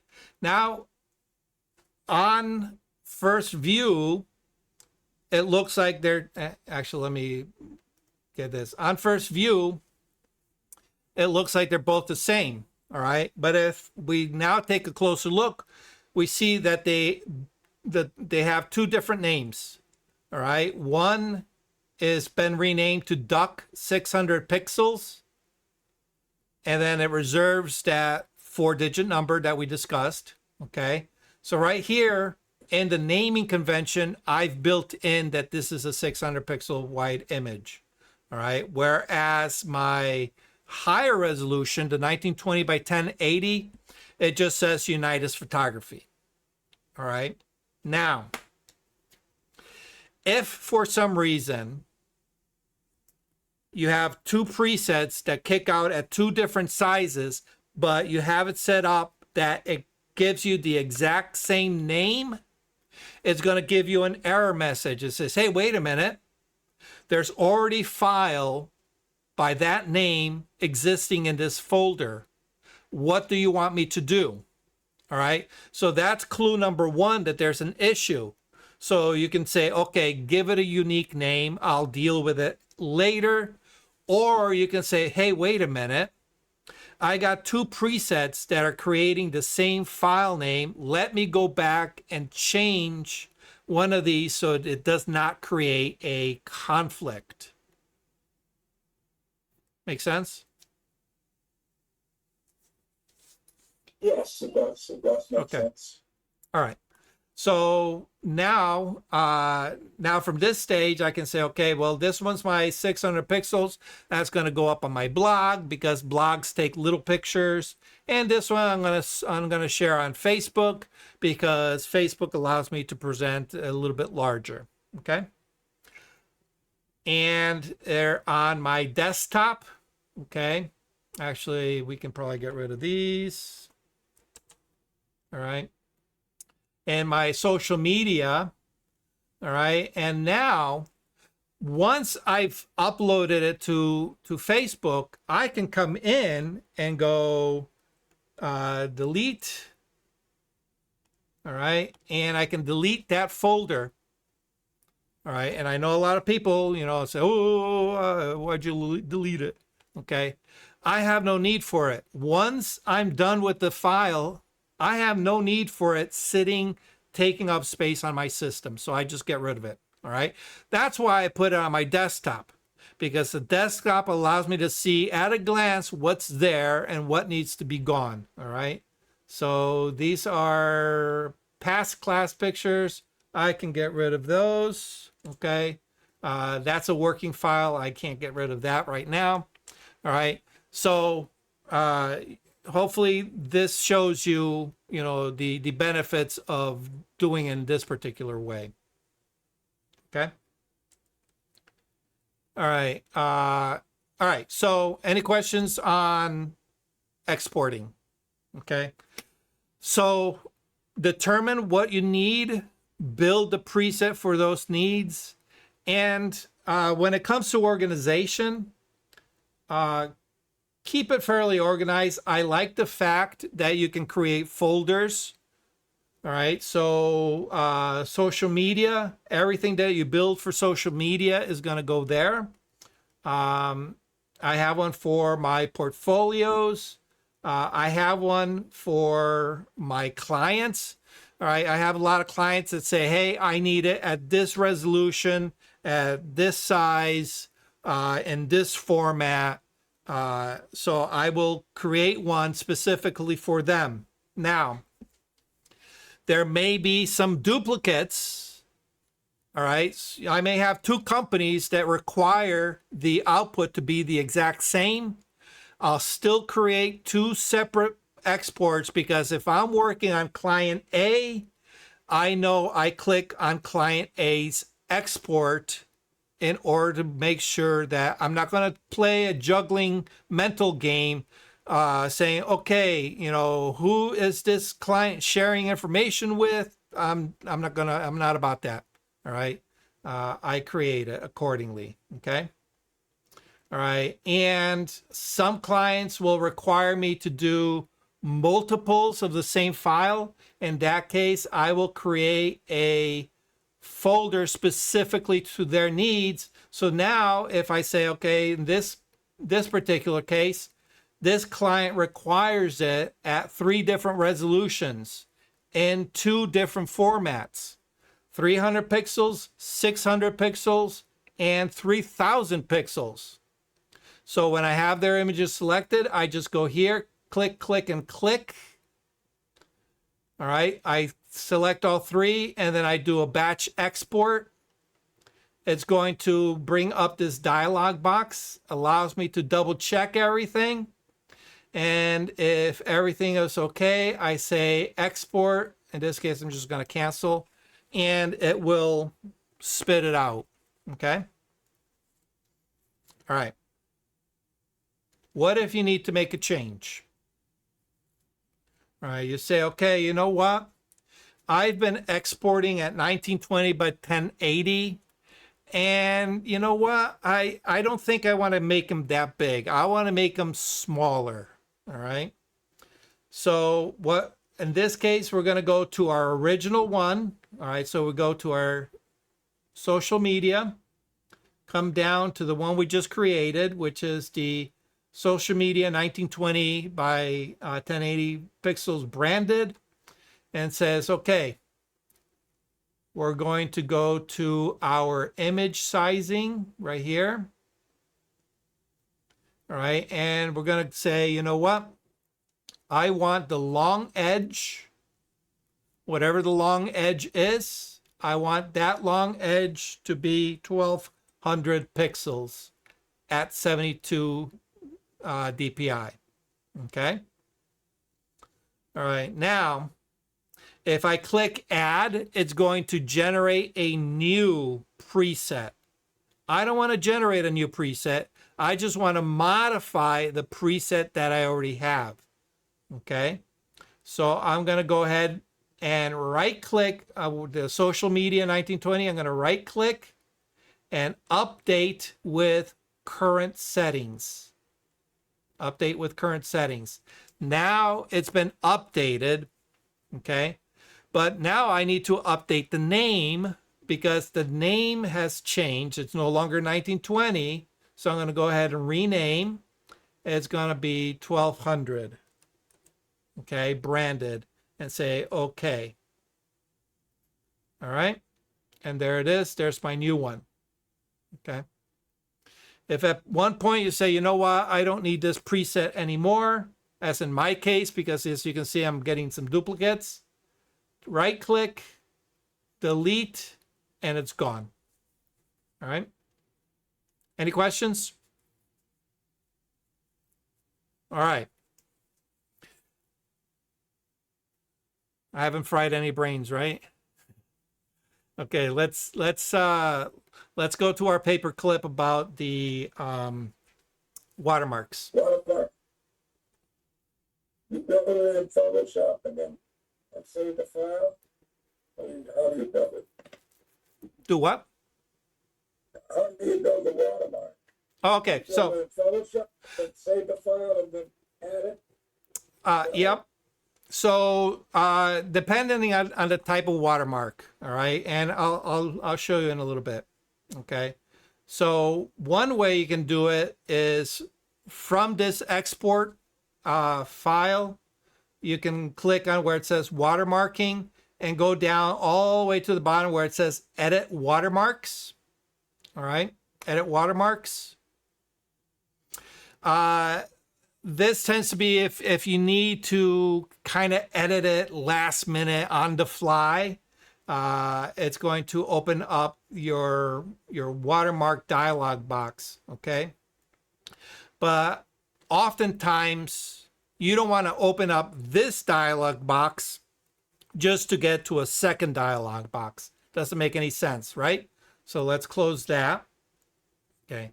For this, we need to go to our up to our menu, edit, all the way down to the bottom, edit watermarks. For Mac people, I believe it's in a slightly different location. I think for that, you have to actually click on where it says Lightroom and then edit watermark. I'm not 100% sure, all right? So don't quote me. I'm not a Mac person, okay? But edit, come down, edit watermarks, okay? And that's going to open up this dialog box, right? And from here, we have a bunch of options, okay? The first drop-down box is any presets that you already have will be listed here. So if you need to make a change to a preset, just preload it here. All right. And you can then, it'll add everything to the dialog box and you can make changes. But in this case, we're just going to,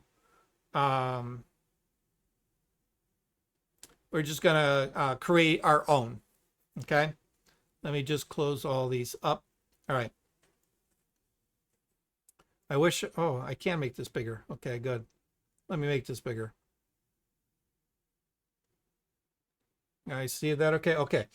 All right. So you're going to have a preview window. All right. And again, you have to have an image selected in order to create one of these. All right. You have a little text box right below it. So you can create a text-based watermark, okay? And that is selectable right up here on the upper right-hand side. Watermark style, all right? Text or graphic, okay? So for a text-based one, it's fairly simple. You just take your information, you type it into the dialog box, all right? And as you type, you're going to notice that right here, it will give you a live preview, okay? All right. So let's put Charles Duck, oops. Let's do capital D, Unitas. There we go. My proper name, damn it. All right. Once you have typed out what it is you want your watermark to say, then we go to the panel on the right-hand side, and we just, like, as always, go down. The first one is if you want a graphic one. We'll get into that in a little bit. We don't want graphics, so we're going to skip that one. The text options is the one that we want here. All right. It allows you to select a font style based on what is loaded into your computer system. Find something that is legible on a small scale. Too many times I see these fancy scripts that when you're looking at the image, all you see are the occasional squiggle where the font is fat enough to actually be legible. All right. Obviously, it's going to be according to your taste, but you want it to be legible, okay? I tend to find something that's not overly bold, because again, the intention for me, the intention of a watermark is for information only. I don't want it detracting from the image too much, okay? So find something, and you know, as you come down, you can preview it, all right? Like, see this one here, it creates this kind of like nasty mess, all right? That's definitely no good as a watermark. This one, another one that's very hard to read. Okay, so being able to preview it allows you to really, you know, see what your watermark looks like. Okay. Ba-da-ba-dum. Calibri, what did I have? Oh, I had, I think it was Roboto, right? Railway. There we go. That's the one I like. Okay. Style, regular, bold, italic, etc. Your choice. The alignment. Okay, the alignment is kind of important. Whether you want it left aligned, okay, all the text left aligned, center aligned, or right aligned. All right, in this case, both lines of text are about the same length, so you're not going to really notice too much of a difference. Okay, actually, let me get rid of the first name. There we go. Okay, right aligned, center aligned, or left aligned. You can see. Okay. Some people would say, okay, if I put my watermark on the right-hand side, I'll want it right aligned. If I put it on the left-hand side, I'll want it left aligned. If I put it in a center, then I'll do center alignment. All right.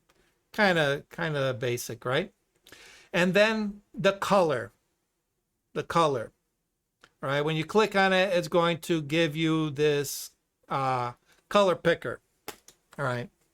Now we start using our noodle.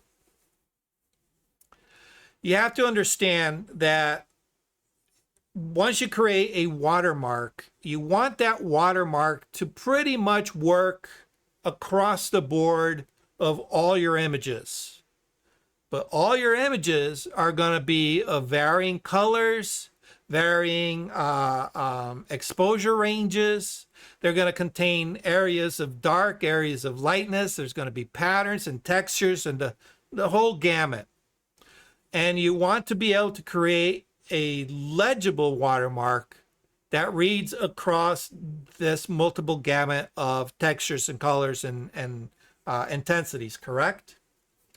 So what I found, and then this is just my preferences, all right? What I found is that if you select a fairly light color for your text, the color of your text, it will work against dark backgrounds pretty much across the board. All right. But what about light backgrounds? This becomes a problem. Light colored text on a light background tends to disappear. Fortunately, within the watermark building app, we're able to create a drop shadow. And like a drop shadow anywhere, it typically is darker. It uses a multiply formula in order to create that, you know, it's what looks like a shadow. All right. And by default being dark, I know that will contrast against a light background really, really well. So keeping this in mind, what I'll normally do is I'll use light text against dark background and then utilize the dark shadow to work against light backgrounds all at the same time. All right, hopefully that makes sense. Okay. So I have a nice yellow color that I like for my logo, because my logo colors are red, yellow, and black. Okay. So I pick a nice bright yellow color. That makes it stand out on pretty much anything from middle gray to black. So I have middle gray to black covered just with that color. Okay. Down below, we see a section called shadow. As soon as we click on that check mark, it allows us to create a drop shadow. And I don't know if I can zoom in. I can't really zoom in here to show you. Oh, well, maybe. Let me see.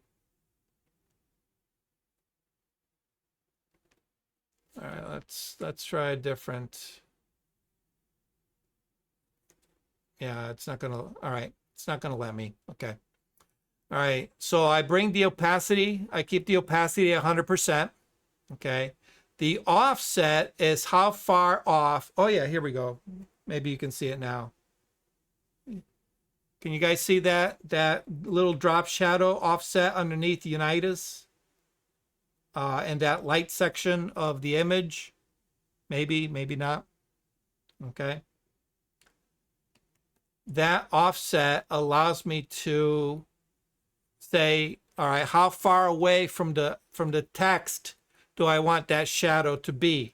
All right. Obviously, if I want to be able to stand the light text off against dark backgrounds, against light backgrounds, I don't want that shadow to be too far away. All right. So usually anywhere 3, 4, or 5 pixels is good. All right. 3, 4, or 5. All right. We'll put it 5. And then the radius is how soft is that blur. All right. Obviously, the softer the blur, the more difficult it is to see. So I keep it to a fairly low value. All right. Anywhere between 10 and 15 radius. All right. And then the angle is where around the outside of that text do I want. All right. So let me see if I can. All right. So here it is at 0. Let me put it in 0 and do a zoom in. You can see at 0, it pulls it straight to the side over onto the right-hand side. It's going out that way. Okay. There's the drop shadow. Back to the upper right, you got a whole white way up on top. You see the upper right? Can you move that whole logo, the whole watermark to the upper right side there? See what the lumber is or whatever the tree lights are. Upper right. Yep. Maybe that will show you what the difference. See the branches up on the upper right? Yep. Okay, so let's put it up there. Okay. Yeah, that's what I'm saying. Maybe you see it up there a little bit better. What you're trying to explain. All right, there you go. Is that better visually? All right. A little bit, yeah. Okay, so yeah. No problem. Okay, so let me turn off the shadow. All right. And you can see how the yellow kind of blends in with some of the yellow there. It's going to make it hard to see. All right. So that's why we need that drop shadow. All right. So once I add that drop shadow, okay, there it is going off to the side. What I want to do is I want to put that so it's just slightly below and offset it just a little bit. All right, so now you can see wherever the text kind of sort of matches, it relies on that shadow to help it stand off. All right, see how Unitas now stands off against that, the yellow against the yellow by the use of the shadow right here. Okay. That's the purpose of that shadow. Okay. And of course, you can put it wherever you want. There we go. Okay. But you want the intensity, the opacity to be at 100%. Okay. Offset 5. Let's see. Zoom in. There we go. Okay. Once that is done, the next one is, where is the watermark going to be placed? Okay. And I usually go to the bottom first for this. All right. Where it says anchor. All right. Where's it going to be anchored? And you have 9 positions, kind of like a tic-tac-toe. Upper left, upper right, lower left. You can put it right dead center. I hate, personally, all right, I hate watermarks dead center. It takes so much away from the image. You cannot appreciate the image because you're just staring at a watermark. All right. Personal choice, not mine. I think Getty does it in order for the celebrity ones in order to sell the photos. Yeah. You know, they definitely don't want anybody stealing their stuff. All right. I want people sharing my stuff. So Getty and I have 2 completely different requirements for our images. Okay. So once I know generally where it's going to go, then I will look at other things. Okay. So opacity is, you know, you can make that kind of sort of there. All right. By giving it a little bit of transparency. I'm not a big fan of those. All right. If you have a really bold, if you choose like a bold font, you might want to play with this simply because it kind of just reduces it down a little bit, makes it less obnoxious, but still there and still fairly bold. Okay. The next one is, how do you want it represented? All right. You have the proportional, or you can say you want it to fit. All right. Or you want it to fill. All right. Obviously fill, it's going to want to fill the entire image. And as you can see here, let's go center. All right. Because my text is longer than the image is wide, it's not going to fit, but it's going to want to fill the entire height. So I've never found this is good. All right. This might be good for something that's image based, not necessarily one that's text based. Same thing with the fit. The fit is going to want to fit it left to right. Okay. So in this case, we have an image that is in portrait mode. So it's going to go from left to right there, you can see. But if it was horizontal, it would fit it all the way across and would really be larger. Okay. Personally, I like the proportional because it allows you to make it in proportion to the size, the final size of the image. Independent of what you're outputting, is going to go kind of by a percentage. All right. A percentage. Okay. All the way to 150%. Okay. 100. So in this case, I usually find that, depending on what it is, you know, about 20, 25 is a good number. Okay. And we'll put it lower left. I'm sorry, lower right, and we'll do right. Okay. The next part is the inset. Okay. The inset is how much of a margin do you want? All right. And it'll track it horizontally. Okay. Everything from -10 to +10, and the same thing vertically, anything from -10 to +10. Okay.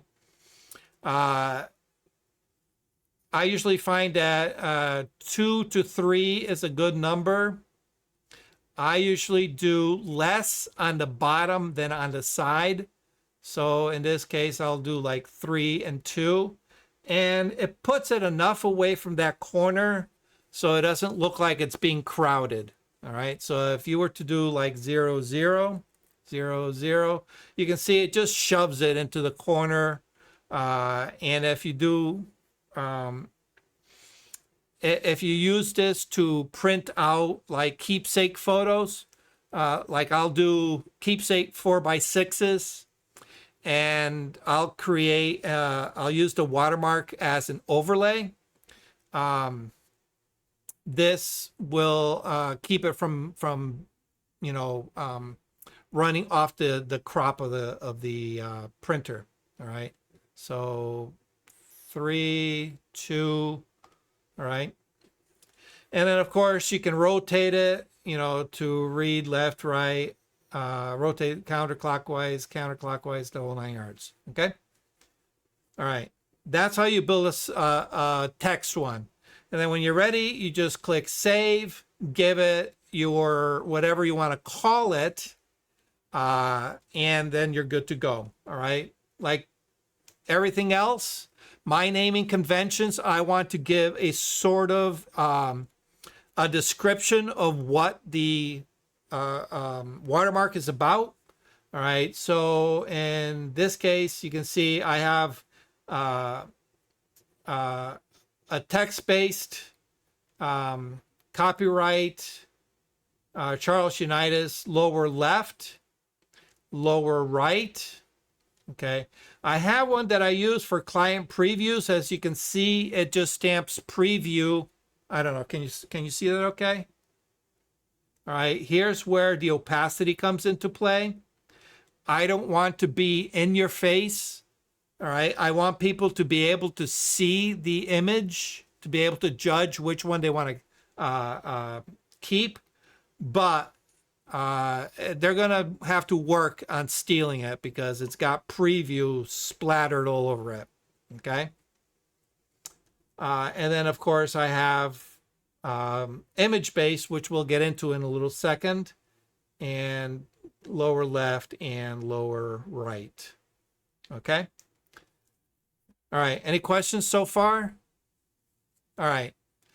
So that's fairly easy. If you want to create one that's text-based, you just type in whatever you want on the text box in the bottom and it'll populate it. But if you want a graphic-based image, you need to do something in advance first. You need to create a usable graphic. All right. So what's a usable graphic? In this case, typically you are putting an image over another image. So if you create a JPEG, it will put a JPEG, background and all, over the image. Okay. If you want transparency to your image, so that, like, for example, in the logo, all right, you can see in this case, image options. Let's bring it up to size here. Okay. If you want transparency, you're going to need to create a PNG file, a PNG.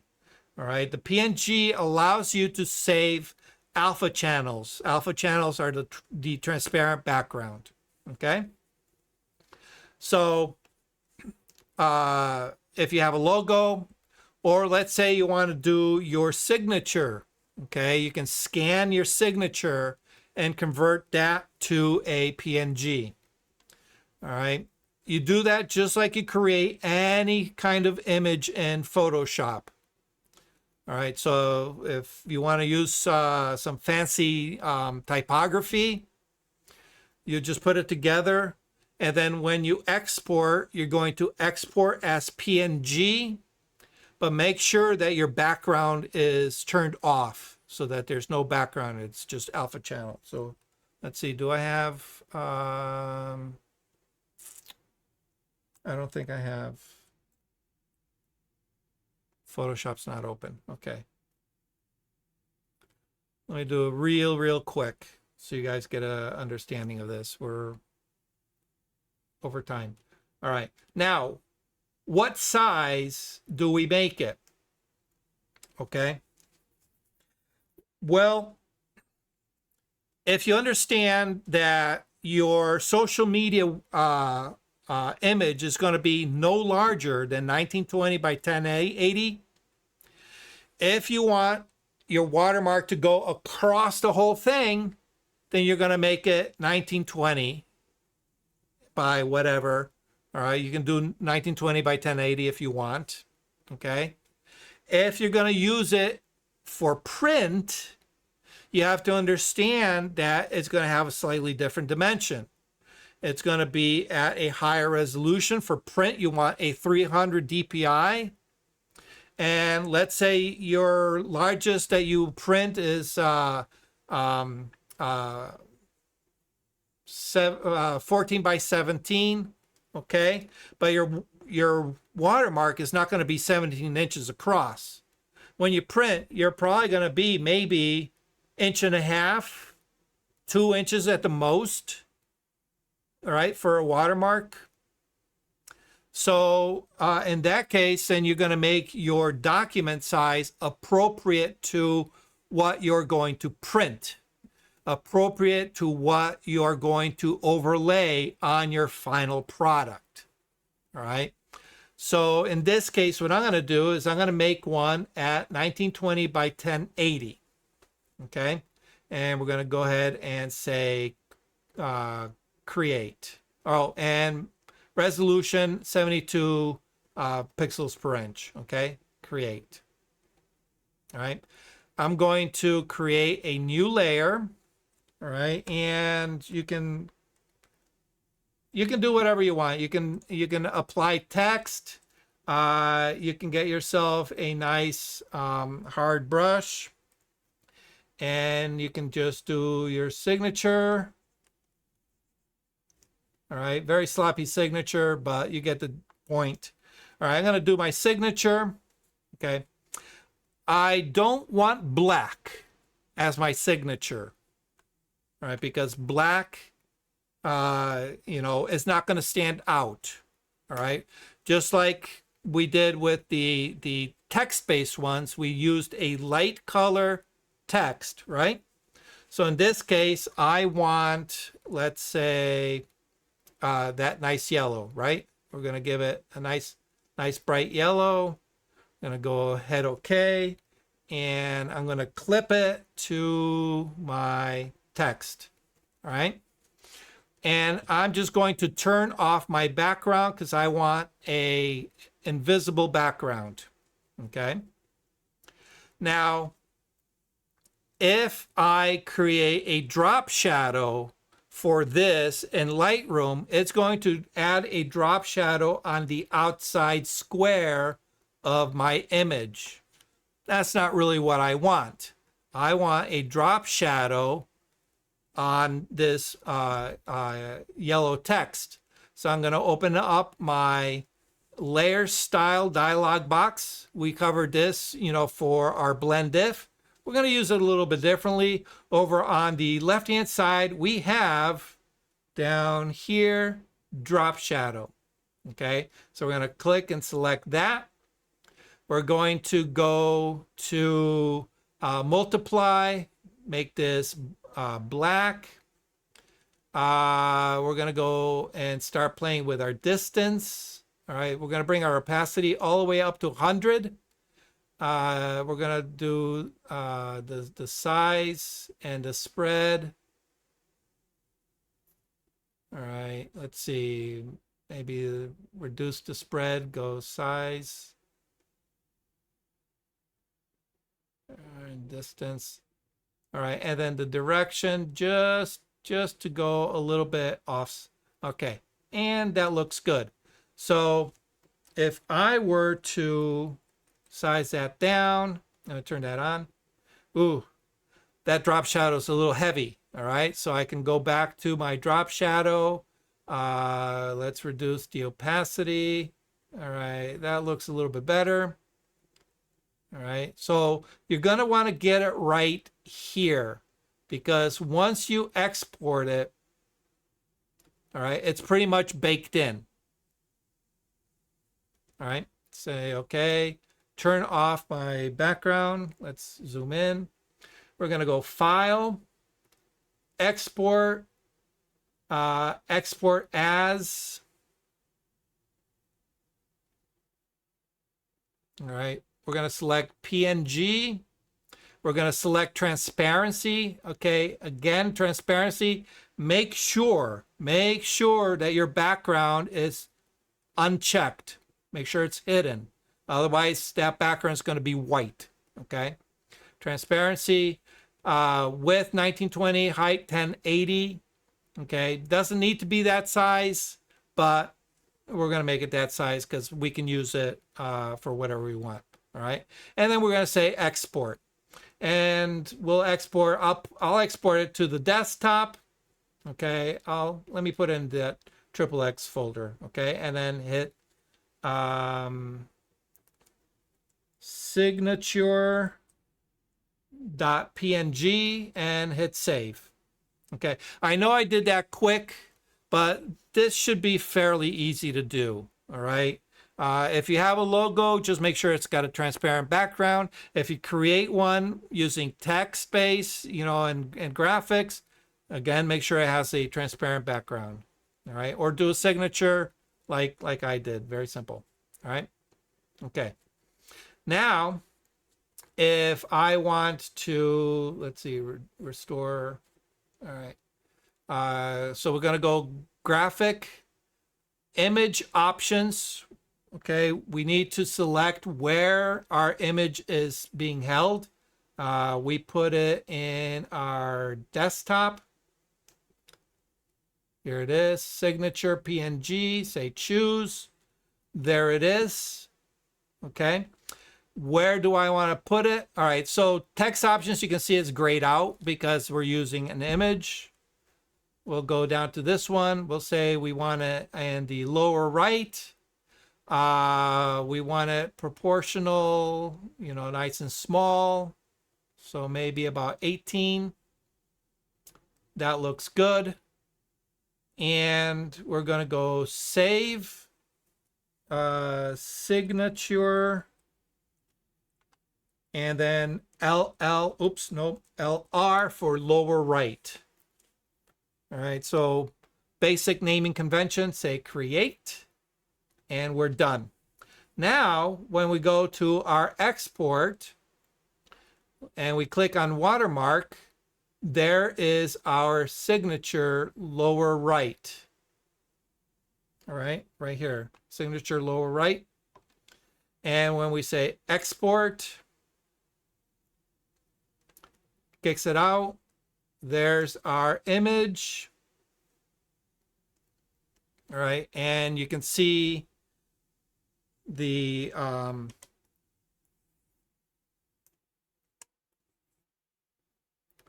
right in the corner. Okay. Any questions?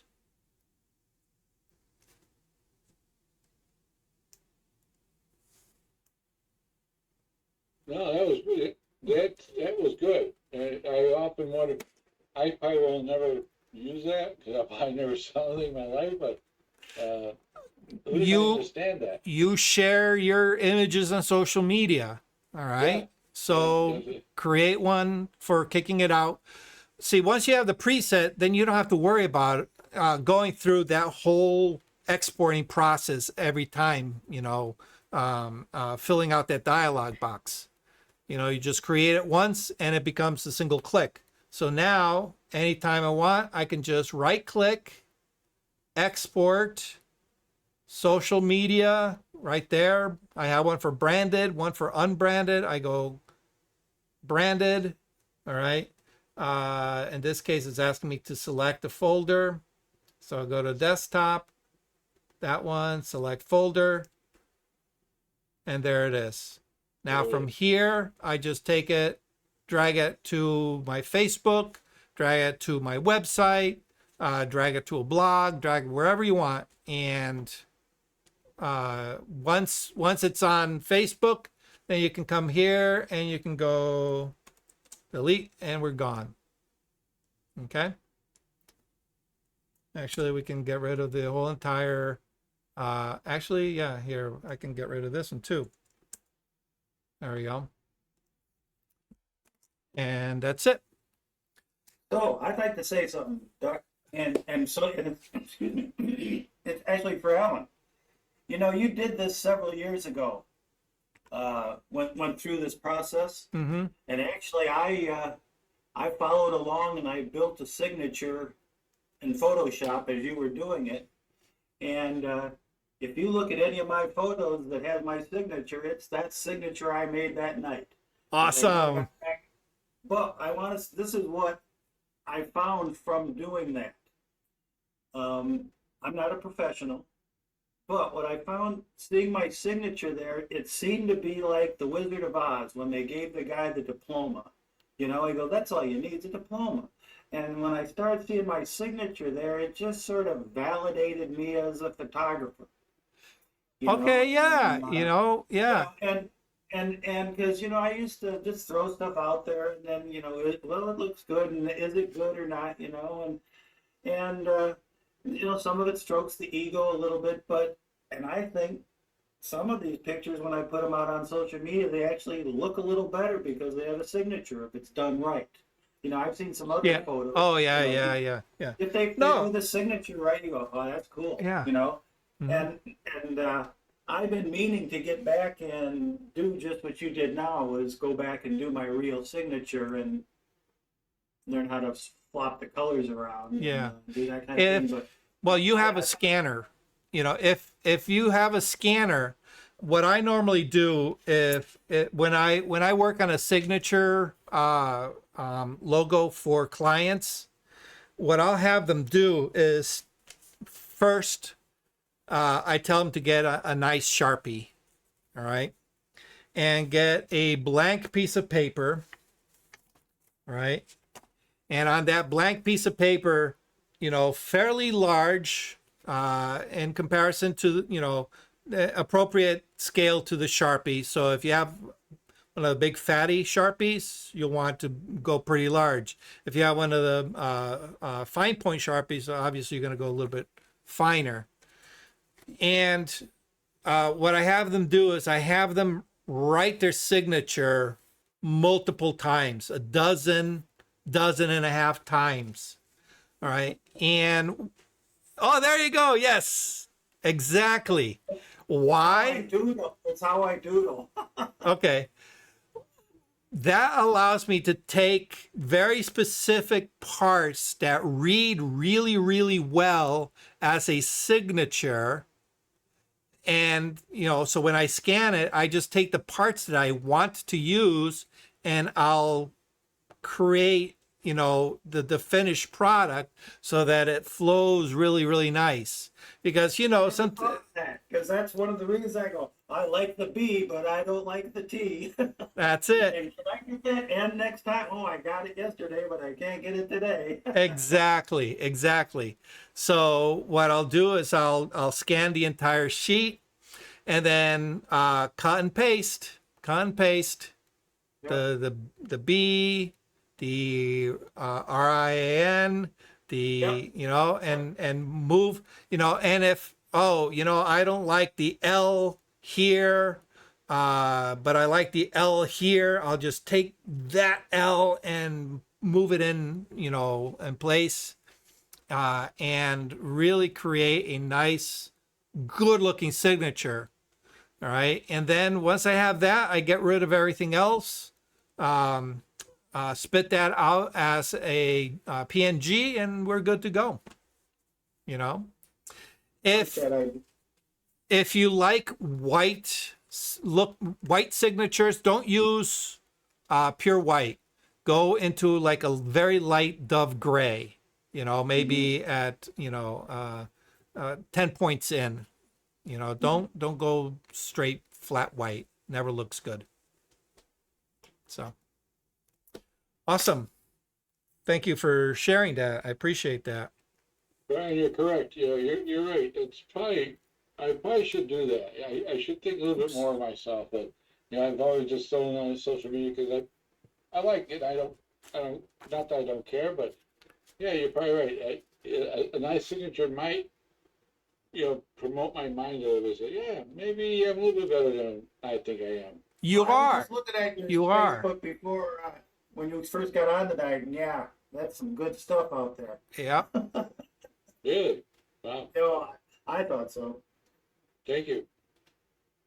Yeah. And don't ever undersell yourself. You guys are awesome. So I see your work when you post them. So And you know, just another thing about putting my signature out there is I belong to this other group, and you may have seen I posted these 50-year-old rock concert photos. yeah. I Yeah. posted on this 150 on this site in Detroit because that's where it's from, and the one I posted of the Ozzy Osbourne guitarist, they just went nuts. Nice. I mean, God, it's up to over 300 likes or something like that. Well, you got to understand, those are now historical images. That's why I'm They saying, have like, value in history. Yeah. You know, they may not be the best shots. They may be, you know, grab shots, snap shots, you know, but because of the time issue, they now have historical value. So Right. And now what like I say again, a duck, Bob just dropped not out. the duck, Okay. is the stuff I've learned over the last couple of years has really allowed me to restore those things because nice. Yeah. well, some of them were pretty messed up, you know, Yeah. and you know, this other little family project I have going, it's really allowed me to bring those things up to snuff. Yeah. So, Yeah, I actually have to get off my duff and scan some old photos from my Navy days. As far as signatures are concerned, I sort of did that when I did cable access television. Can I share the screen for 30 seconds? Yeah, go for it. Go for it. Hold on. Make sure you have your volume up. This is a promo. We used to do a show called Computer Talk when computers were new, about the time that they just started coming down at less than $1,000. And I went to a jingle company that was having a sale, and I had a couple of shouts made, one for the show itself and one for the co-host. Hold on. Let's see, share sound. And let's share screen. Let's share. Okay, hold on.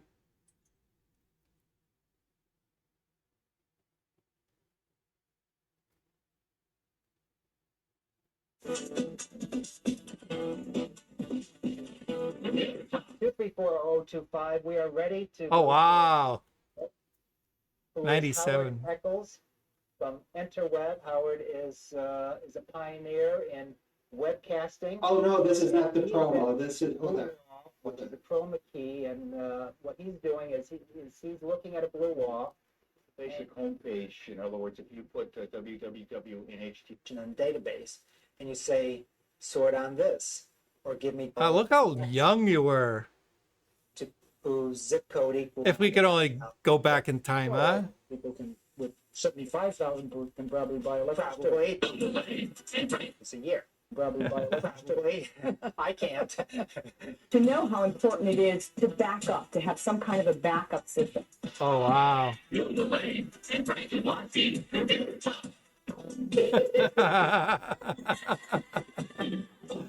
Oh my God, that's funny. That's great. That is great.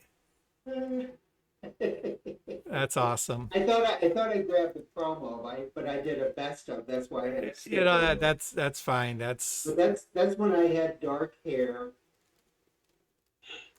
We all did it one time. yeah. I guess we all did it. I mean, I started going silver when I was in my 20s. So anyways, so that's what I got for you guys today. Hopefully you found something of value in today's lesson. Thank you once again for joining me. Any last minute remarks? Any last minute questions? Well, I was going to say thanks for the talk because I've been doing these projects. I've been setting up this other little method of outputting pictures, and I guess I didn't realize I could do presets to set these things, and this is going to help out a lot for what I've been doing. Because, yeah, like I said, I'm going to need different signatures, and I've been chewing over putting them on social media and putting them out on my website, and it's even going to come in handy as I move forward for doing this book. Yeah. So one thing that you might want to consider is if you're looking to do archival outputs, you'll want to output at the full resolution, for wherever you're storing your archives. Right. This is Smug Mug's where they're going for now. Okay. Yeah. Storing the things that go up to Smug Mug. Don't have a signature, the highest resolution I can muster, and then there's the stuff that I'm gonna, send to the printer, and then stuff I'm gonna post around and, send to the kids and all that kind of Awesome. stuff. Awesome. So, yeah, that's been a big help for that. Cool. Well, good luck with that. It's a big project, I know, but hopefully it keeps you busy, right? That's all we can hope for. Good night, everybody. All right, Alan. Thank you very much. Bill, Brian, enjoy, stay safe. Okay, you too. We'll catch you later. Thank you for watching Learning Photography with Duck.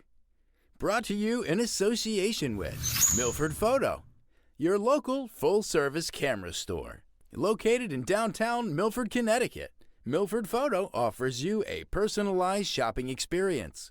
From the latest camera gear to printing and framing services. And, of course, educational workshops to teach you the finer aspects of photography. Don't forget to tell them Duck sent you.